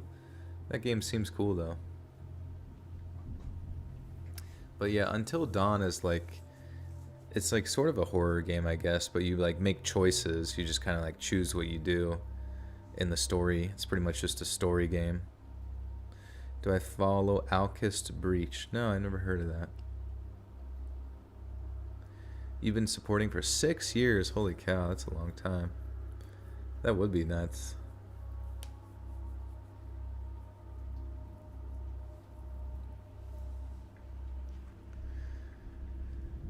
Let me tell you of how I came to be scared of dogs. I used to deliver pizzas for a living. Heck, I used to do a lot of things before my last delivery. Now I don't do much of anything at all, and I live on disability. Or rather, I try to live on the meager amount that the SSA allows me to have. I have flashbacks, I have nightmares, and sometimes just the sound of barking or yelping can trigger some severe anxiety attacks. All because of a freaking dog. So, like I was saying there, I used to deliver pizzas for a living here in Minnesota, often to the more rural areas too. I mean real rural areas, the kind of driving distance where the old 45 minutes or it's free kind of deal just couldn't apply. Nowadays, it's a standard, but out here in the Gopher State, I think we sort of pioneered that old pop it back in a hot oven for 3 minutes thing just so we wouldn't have to deal with a bunch of complaints. But anyway, as I was saying, real rural area, man, that fucking word, rural, fucking sucks. Talia with the 5 says, just got home from work. Where you at in the stream? Happy to be able to hop in. Videos have been great. Love the new intro. Thank you, Talia. This is story 5 or 4 of 5, and I think 5 is kind of short too. This one's a little bit long, like 4 pages or something, but we are like 3 hours in, 3 hours and 12 minutes. Thank you for the 5 and welcome home. Concerned Turtle with the 5 says, might sound weird, but I want to say thanks for streaming. Makes me feel less alone and keeps depression back a bit. Tell Pradeep I said, I shall, yeah. Yeah, I know what you mean. I know what you mean. Like, sometimes I'll watch streams and, like, on Twitch and shit. And the only lame thing about Twitch chat is it doesn't, like, I don't know. You guys seem like you actually become friends with each other, which is pretty cool. And I'm thankful that that is something that happens and stuff. But I look at, like, Twitch chat and, like, everybody on Twitch, like, even when it's not really that busy, nobody really talks to each other. It's kind of, I don't know, Twitch chat's like kind of abnormal.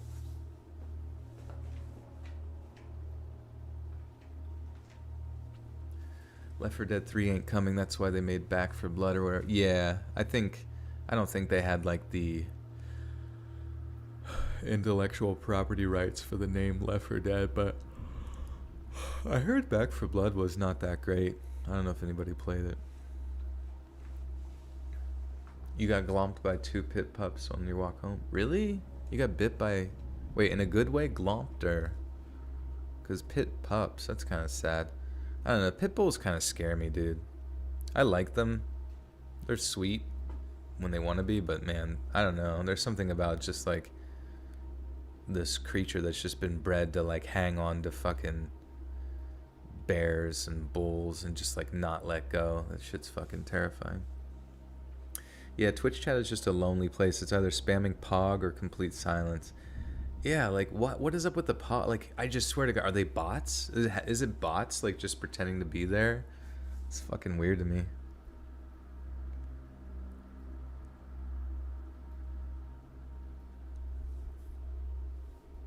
Okay. But anyway, as I was saying, real rural areas, so I deliver to farmhouses, big old places in the middle of nowhere with these real long driveways. This one time, I roll up to the gate to find its lock with this big old chain and padlock, so there was no getting into the place without getting out of my car and hopping the fence. Obviously, there was no problem at all, just the thing of the thing. What? Obviously, that was no problem at all. Just the thing of thing you had. Oh, I see. Just the thing you had to do, get used to out there in the sticks. Can a girl hope you want Left 4 Dead 3? Yeah, I mean, the shitty thing is that, like, Valve just doesn't care anymore. You know what I mean? Like, because they don't have any, like, financial motivation to care, to make like a bunch of new games and stuff, because they just make everything off the top from Steam, so it's whatever. Operator 4307, welcome to the Buttersock Call. You now have access to bonus content.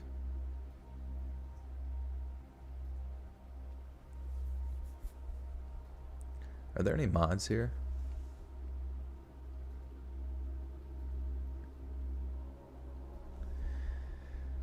Obviously, there was no problem. Fuck, I keep saying there. Oh, there's Fry. Hi, Fry. Obviously, that was no problem at all. Just the thing you had to dig. I can't read this sentence for some reason. What was the scariest Zelda enemy? I don't know. I didn't really play Zelda that much. I played through Twilight Princess and some other stuff.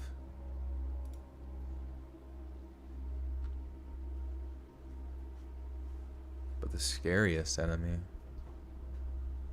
I don't remember the enemies being like scary though, you know what I mean? Half-Life 2 and Portal was peak Valve. It really was. Like 2005 gaming, even though it sounds long ago, I mean, like, they still hold up, you know, like a lot of the games still hold up today.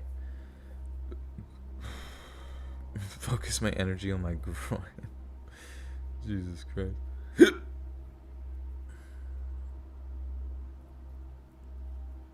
Did you play Elden Ring? No, I did not.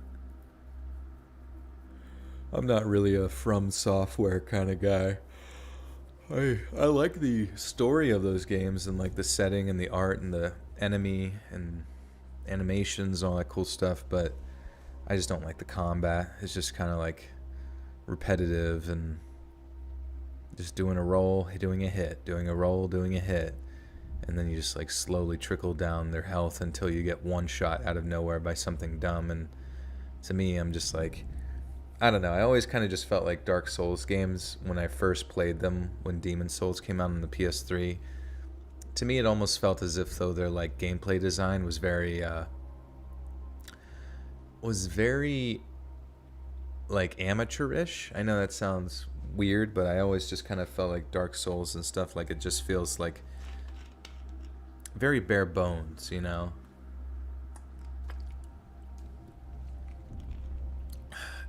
But, you know, it took off with a large amount of people, so that's the only thing that really matters, you know?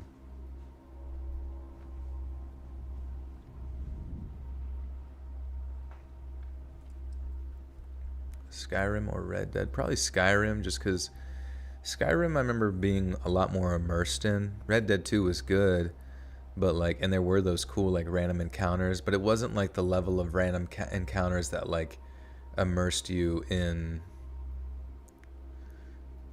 I don't know, to the level that Skyrim did. I remember like going through a random like area in Skyrim and, you know, just ending up in like one like a cave that has like a library and like reading just reading a book off of a shelf in a library in Skyrim for a while, just because it was so silly and weird. And it was truly one of those games where it's like, you know, you get on at 10 p.m. and all of a sudden it's like 6 a.m. and you're like, fuck, I gotta go to bed. Dayami Leilani with the 1. Thank you. Obviously, that was no problem at all. Just the kind of thing you had to get used to out there in the sticks. So I clamber over and start walking up the pathway towards this place with my thermal bag slung over my shoulder. Then, right as I get within about 50 feet of the front door, this dog appears out of nowhere, rushes up to me, and starts barking loud enough to wake the dead. I was pretty freaked out and backed off a few feet from it, and luckily it just kept a distance at first while it carried on barking at me. I'm giving all the usual nice talk, saying, "Good doggy, good boy, I'm friendly," all that jazz, when the owner of the house suddenly appears in the doorway and calls the thing off. They were real nice about the whole thing and apologized a whole bunch, saying that they hoped I wasn't too spooked by the whole thing. I told her no, that defensive animals were a hazard of the job, and that I certainly wouldn't hold it against them or the pooch, especially since it was only trying to protect its family. Secretly, I'm actually kind of loved it when stuff like that happened. Anything to earn myself a few extra bucks in tips, you know what I mean? Anyway, I get just that. A handsome little sorry bonus on top of my thank you for driving all the way out here tip. Then as I'm counting up the bills, I hear the dog start up again with its barking as I'm walking away. I didn't really know dog breeds all that well, so at the time I had no idea what kind it was.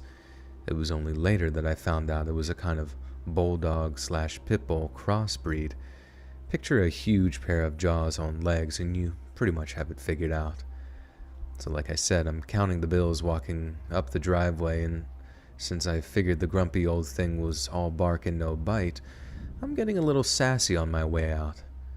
"Ah, shut up, you old mutt," I tell him to buzz off, that kind of thing, but the further up the driveway I get, the louder and more savage this thing was barking. I mean, it sounded positively beside itself by the time I reached the old iron gate to the driveway, and I was honestly real glad I could just drive away because the intensity of the barking really was starting to spook me by that point. But then, I actually tried hopping the fence to get back to my car, and suddenly, the barking stopped. It was replaced by the sounds of paws rushing against grass and dirt, and as I was climbing, I turned my head ever so slightly to see it coming at me out of the corner of my eye. That was followed by one of the most intense pains I've ever had to suffer through, as the dog sunk its teeth into the back of my left calf. I let out this rip roar of a scream, feeling all these pointy little bone daggers stabbing their way into my flesh. Then I made the mistake of thinking that if I tried to tug my leg up away from the dog, I might let go. And Jesus, was I wrong, and the pain gave me just another. Jesus, was I wrong, and the pain that gave me was just on another level. On top of that, because the dog felt me trying to pull away, it pulled back harder, and because it was literally pulling me by the meat of my leg, I had basically no choice but to let go of the fence and try to backtrack closer to the dog to stop the pain. But the act of letting go of the fence and stepping off and back meant that I ended up totally collapsing to the ground, and that meant I was at the complete mercy of the dog. I suppose I should be thankful that it didn't end up really savaging me, like switching up from my leg to biting at my face or neck or anything like that. Instead, it just kept its jaws clamped on the meat of my calf like a vice grip. I just kept screaming and reaching around so I could hit the dog or poke at one of its eyes or something, literally anything to get it off of me. I'd never want to hurt an animal under any other circumstances, I swear to God. But in that moment, I couldn't think of anything else to get it off of me. But then, if you picture it, because the thing was attached to the back of my leg and just wouldn't let go, there was no way for me to turn round enough to be able to reach its head. I realized in that moment, as I tried and failed to gouge its eyes or pull at its ears, that the only thing that was going to save me would be screaming at the top of my lungs for help. One quick point to address before I continue. A lot of people have asked me why I didn't just grab my cell phone out of my pocket to call 911 or whatever. That's because I'd left it in the cup holder, just like I always did. All my drops tended to be pretty quick, even if they did come with the odd obstacle, and because this was way back when cell phones were pretty chunky, I found it was quicker to just hop out without bothering to ram my cell phone into my jean pocket while the pizza was got you.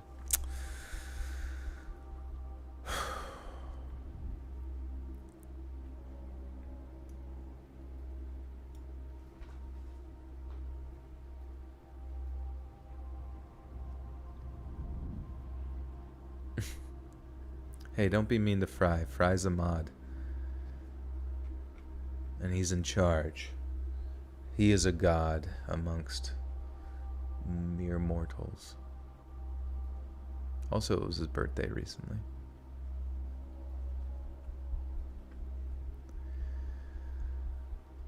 All my drops tended to be pretty quick, even if they did come with the odd obstacle, and because this was way back when cell phones were pretty chunky, I found it was quicker to just hop out without bothering to ram my cell into my jeans pocket with the... God, I can't read this stupid fucking sentence. I found it was quicker to just hop out without bothering to ram my cell into my jeans pocket while the pizza got even colder. So that's why I didn't, and it ended up being a huge mistake, because if I'd bothered to inconvenience the customer a little, maybe I'd have gotten help faster than it arrived. As I was saying, all I could do was just scream and hope the people in the house I just delivered to didn't have their TV turned up too loud. Thankfully they didn't, and it was only after maybe a minute or two of me screaming that the owners ran out to help me. I honestly thought it would be over by that point, that the nice lady would just be able to call her dog off and I'd have a few nasty scars at best. But she couldn't. She couldn't call it off, no matter how much she begged or pleaded that thing to get off me. It just wouldn't slacken its jaw one bit. I had no idea of this at the time, but the man of the house had seen what was going on from the front door and was already on the line with 911 by the time his wife even reached me. But she was also accompanied by her teenage son, and it was his proposed solution that I think might have done even more damage to my leg than the dog. As my mom is shouting, "Jiffy, please leave," as the mom is shouting. As the mom is shouting, "Jiffy," yes, its name was Jiffy, "please leave him be, Jiffy, please let the man go." The kid thought it was a good idea to just grab the dog around its body and try to yank the thing off of me. I think maybe he just thought it had a grip on my jeans, or that it would just let go if he physically tried removing it. But even with me begging him not to pull on the dog, that's exactly what he did, and I literally felt muscle being torn from bone as he yanked it backwards. The mom was shouting, "No, no, no, Michael, stop." By that point, as she could see the damage it was doing to my leg, which was just a hunk of chewed up meat by that time. All I could do was scream and scream and scream some more, and by that point, all this involuntary religious stuff was coming out of my mouth. I never really believed in God. I've been sort of an atheist for as long as I've been able to hold a thought in my head, but in that moment it just came out of me. All this stuff, I didn't even know what was inside of me. Oh God, please God help me, holy Jesus, please save me, please God, please hear me God. It feels almost embarrassing to say that to myself now, but it's the truth. Anyways, as I'm in the middle of practically speaking tongues, the man of the house ran out to meet us. I remember shouting at him to get a gun, get your gun, please get a gun. But he didn't have one.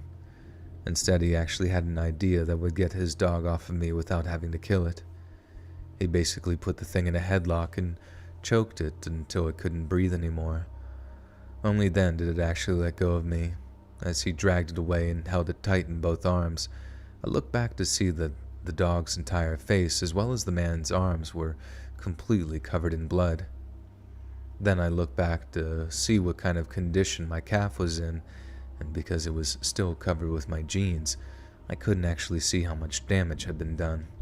It was just a mass of shredded denim and fresh blood, and it still had some kind of shape to it, so, like I said, I figured I just had some pretty nasty scarring after having my leg wrapped in bandages for a while. I'm no doctor. I had no idea how severe the damage was, and by the time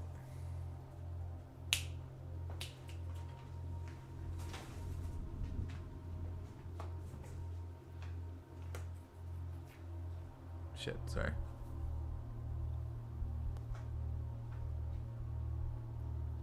And by the time... Yeah, that sounds fucking terrible. I'm honestly sort of terrified of pit bulls. I like them, but just, I don't know. They just, a lot of them have such dark histories.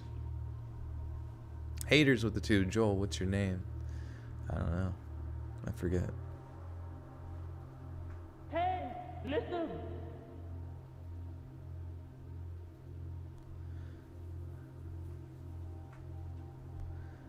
You believe Joel has ADHD? No, I don't.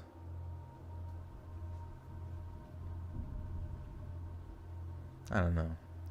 I've talked about it before, but I really dislike when people like try to like say, I don't know, they throw ADHD around as so loosely, you know what I mean? Like, and they don't really, and I'm like, what does it even mean? You know, what does it even mean? Like when someone says that, like, is it like having COVID? You know what I mean? Is it like having, like, what does that even mean? I have no fucking clue what that means.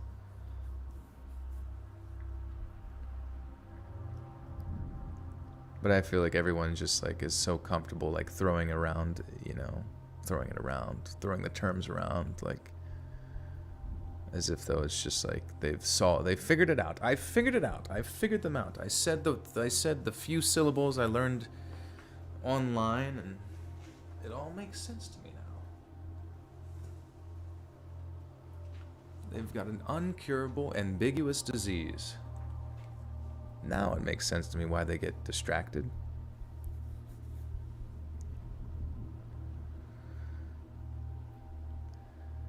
I'm no doctor. I had no idea how severe the damage was, and by the time the EMTs showed up, I'd lost so much blood that I wasn't really thinking properly. I thought everything was going to be okay, that I just had a bad accident or something, that I'd be out of the hospital in a day or two. That turned out to be very far from the truth. I remember finally realizing how serious it was when the doctors told me that I would be going into surgery soon and that they'd try their best to save my leg. I remember thinking, what do you mean, save my leg? But they meant exactly what they said. There was so much damage the dog had chewed my calf over and over to the point where in the end, the doctors wouldn't be able to save my leg. And that's the night that I had my left leg amputated just below the knee, May 3rd, 2004. The night my entire life changed forever. And that's where this story comes full circle, I suppose. I already told you how I live... Whoops.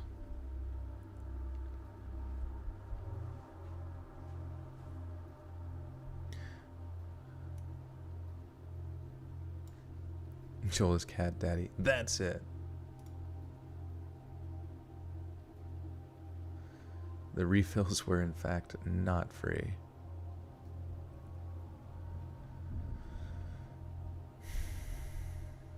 Yeah, holy fuck, this person lost their leg to a fucking dog. Jesus Christ, dude. That's fucked.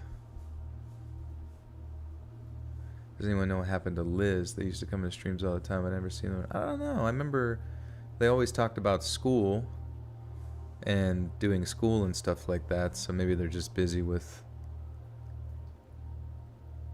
classes or whatever. I don't know if like right now is... I think it's spring break actually. So maybe some people are doing spring break. Would you do a Pradeep reveal? Yeah, I've actually posted Pradeep on social media quite a bit. You could probably go back through and find his cute little pictures. Yeah, you would hope that they get some sort of settlement or something like that. I already told you how I live now. I can't work and I can't do much of anything anymore other than watch TV and help look after my mom. That pizza delivery job was the only real job I ever had in my life. The only one I didn't feel that was given to me out of charity anyway. There's a lot more legal things that went into it, and it's still kind of ongoing here and there. But the trauma still lasts. All because of one dog.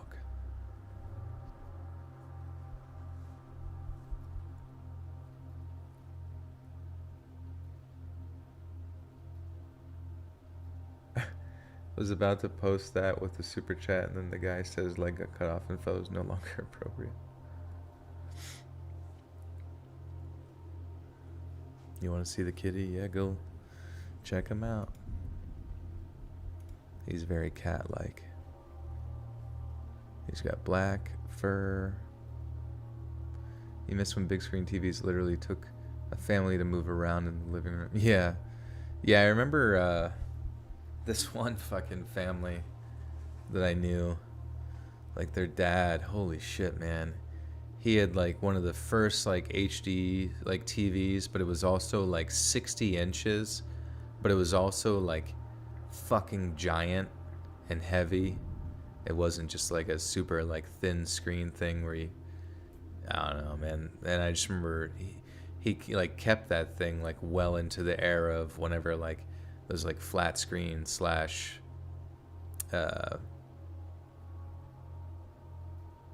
like skinny ones like were well into existence, and he just like had that one because I assumed it like was still working with HD, but just fucking way impossible to move.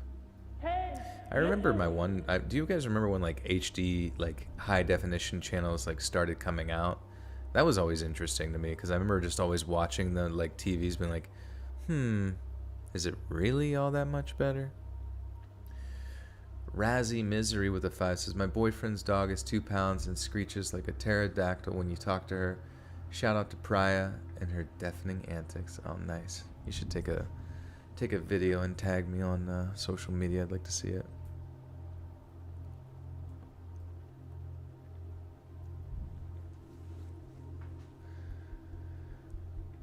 Back when I was 19, I was a pizza delivery guy for a small pizza place here in Medford, Massachusetts, and one night, I got a call that would turn out to be one of the scariest experiences of my life. I get handed the pizzas and the address, and when I drive over, I knock on the door and wait for someone to answer.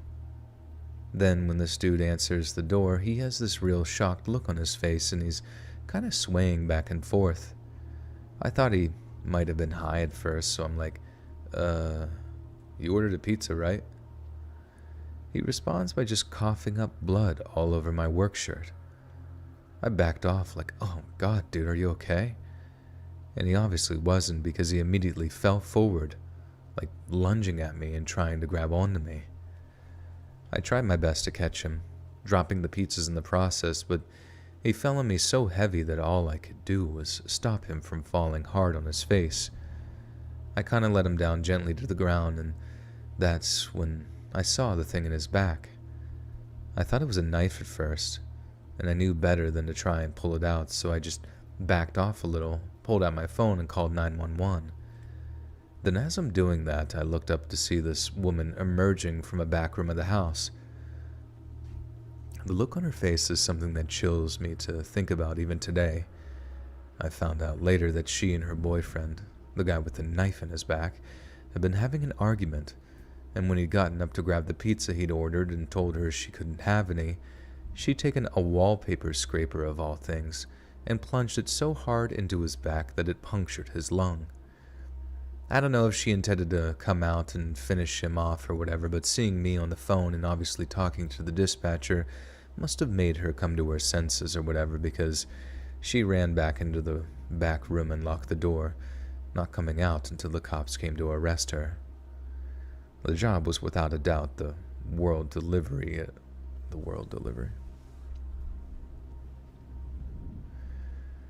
That job was without a doubt the worst delivery I ever had to make, and it was definitely the single most shockingly terrifying thing that's ever happened to me. You squat 425 and felt like I blew my ass out. Yeah, you gotta be careful about those herniations, man. Sometimes it's like people try to lift as heavy as possible, and I don't even know. You just wonder to yourself, like, what the fuck was the whole point, you know?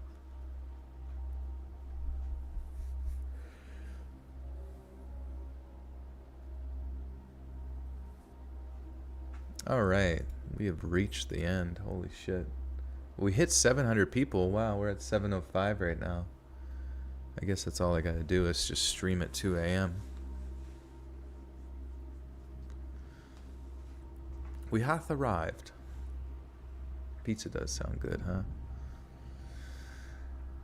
Somebody has to think of something funny for me to say.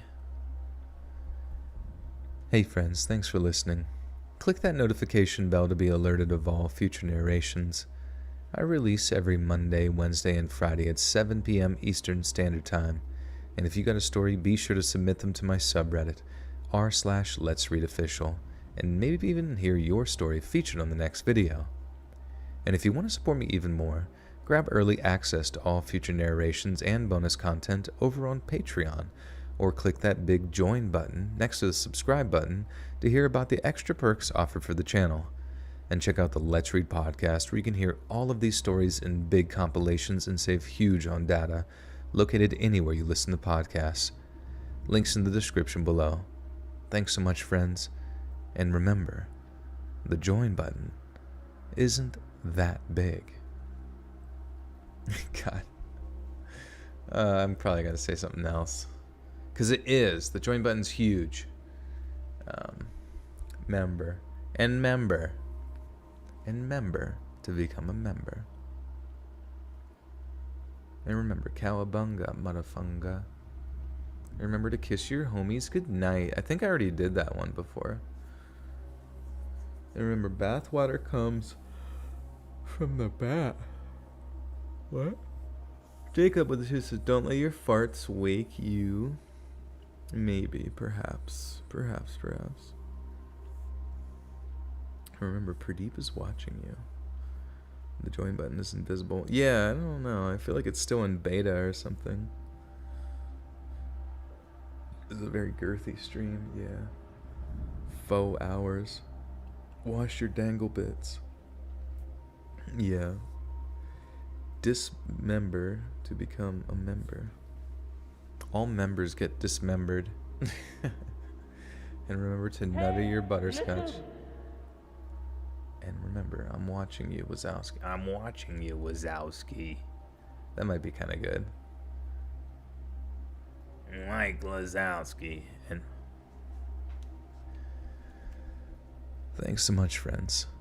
And remember, I'm watching you, Wazowski. Joel, since you said death metal earlier, do you like Morbid Angel? I don't think I've ever heard of them. Are they a death metal band?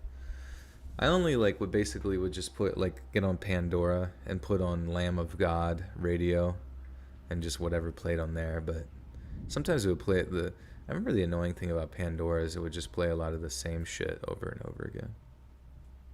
AC Castillo with the 2 says, remember to tip the pizza guy. Remember to give just the tip. Well, guys, thank you again for that emotional roller coaster of a stream. I appreciate your time, appreciate your support, appreciate the love. Sorry if I bitched about religion too much. It's too fun. It's too fun not to complain all the time about everything. But anyways, thank you, and I hope you guys have a good night. This will be out early access on Patreon. It's only $1 a month over there. And then there will be a normal video releasing, this one, Pizza Guy Stories, at 7 p.m. EST tonight. So stay tuned for that for y'all Friday night. Hopefully everybody is not doing anything and can listen to my video. That would be super awesome. Talia with the 2 says, remember to always tip if you want the tip. Just the tip. But thank you, friends. And yeah, I'll be back, I guess if it's Thursday, I'll probably be back Sunday night for another stream. So stay tuned for that. Follow me on social media at Let's Read Creepy on Twitter, at Let's Read.official on Instagram, at Let's Read _podcast on TikTok, though I'm currently in the process of remodeling my TikTok into a different sort of format, but it is what it is. Anyways, Twitter's probably the best to like hear about new streams, just because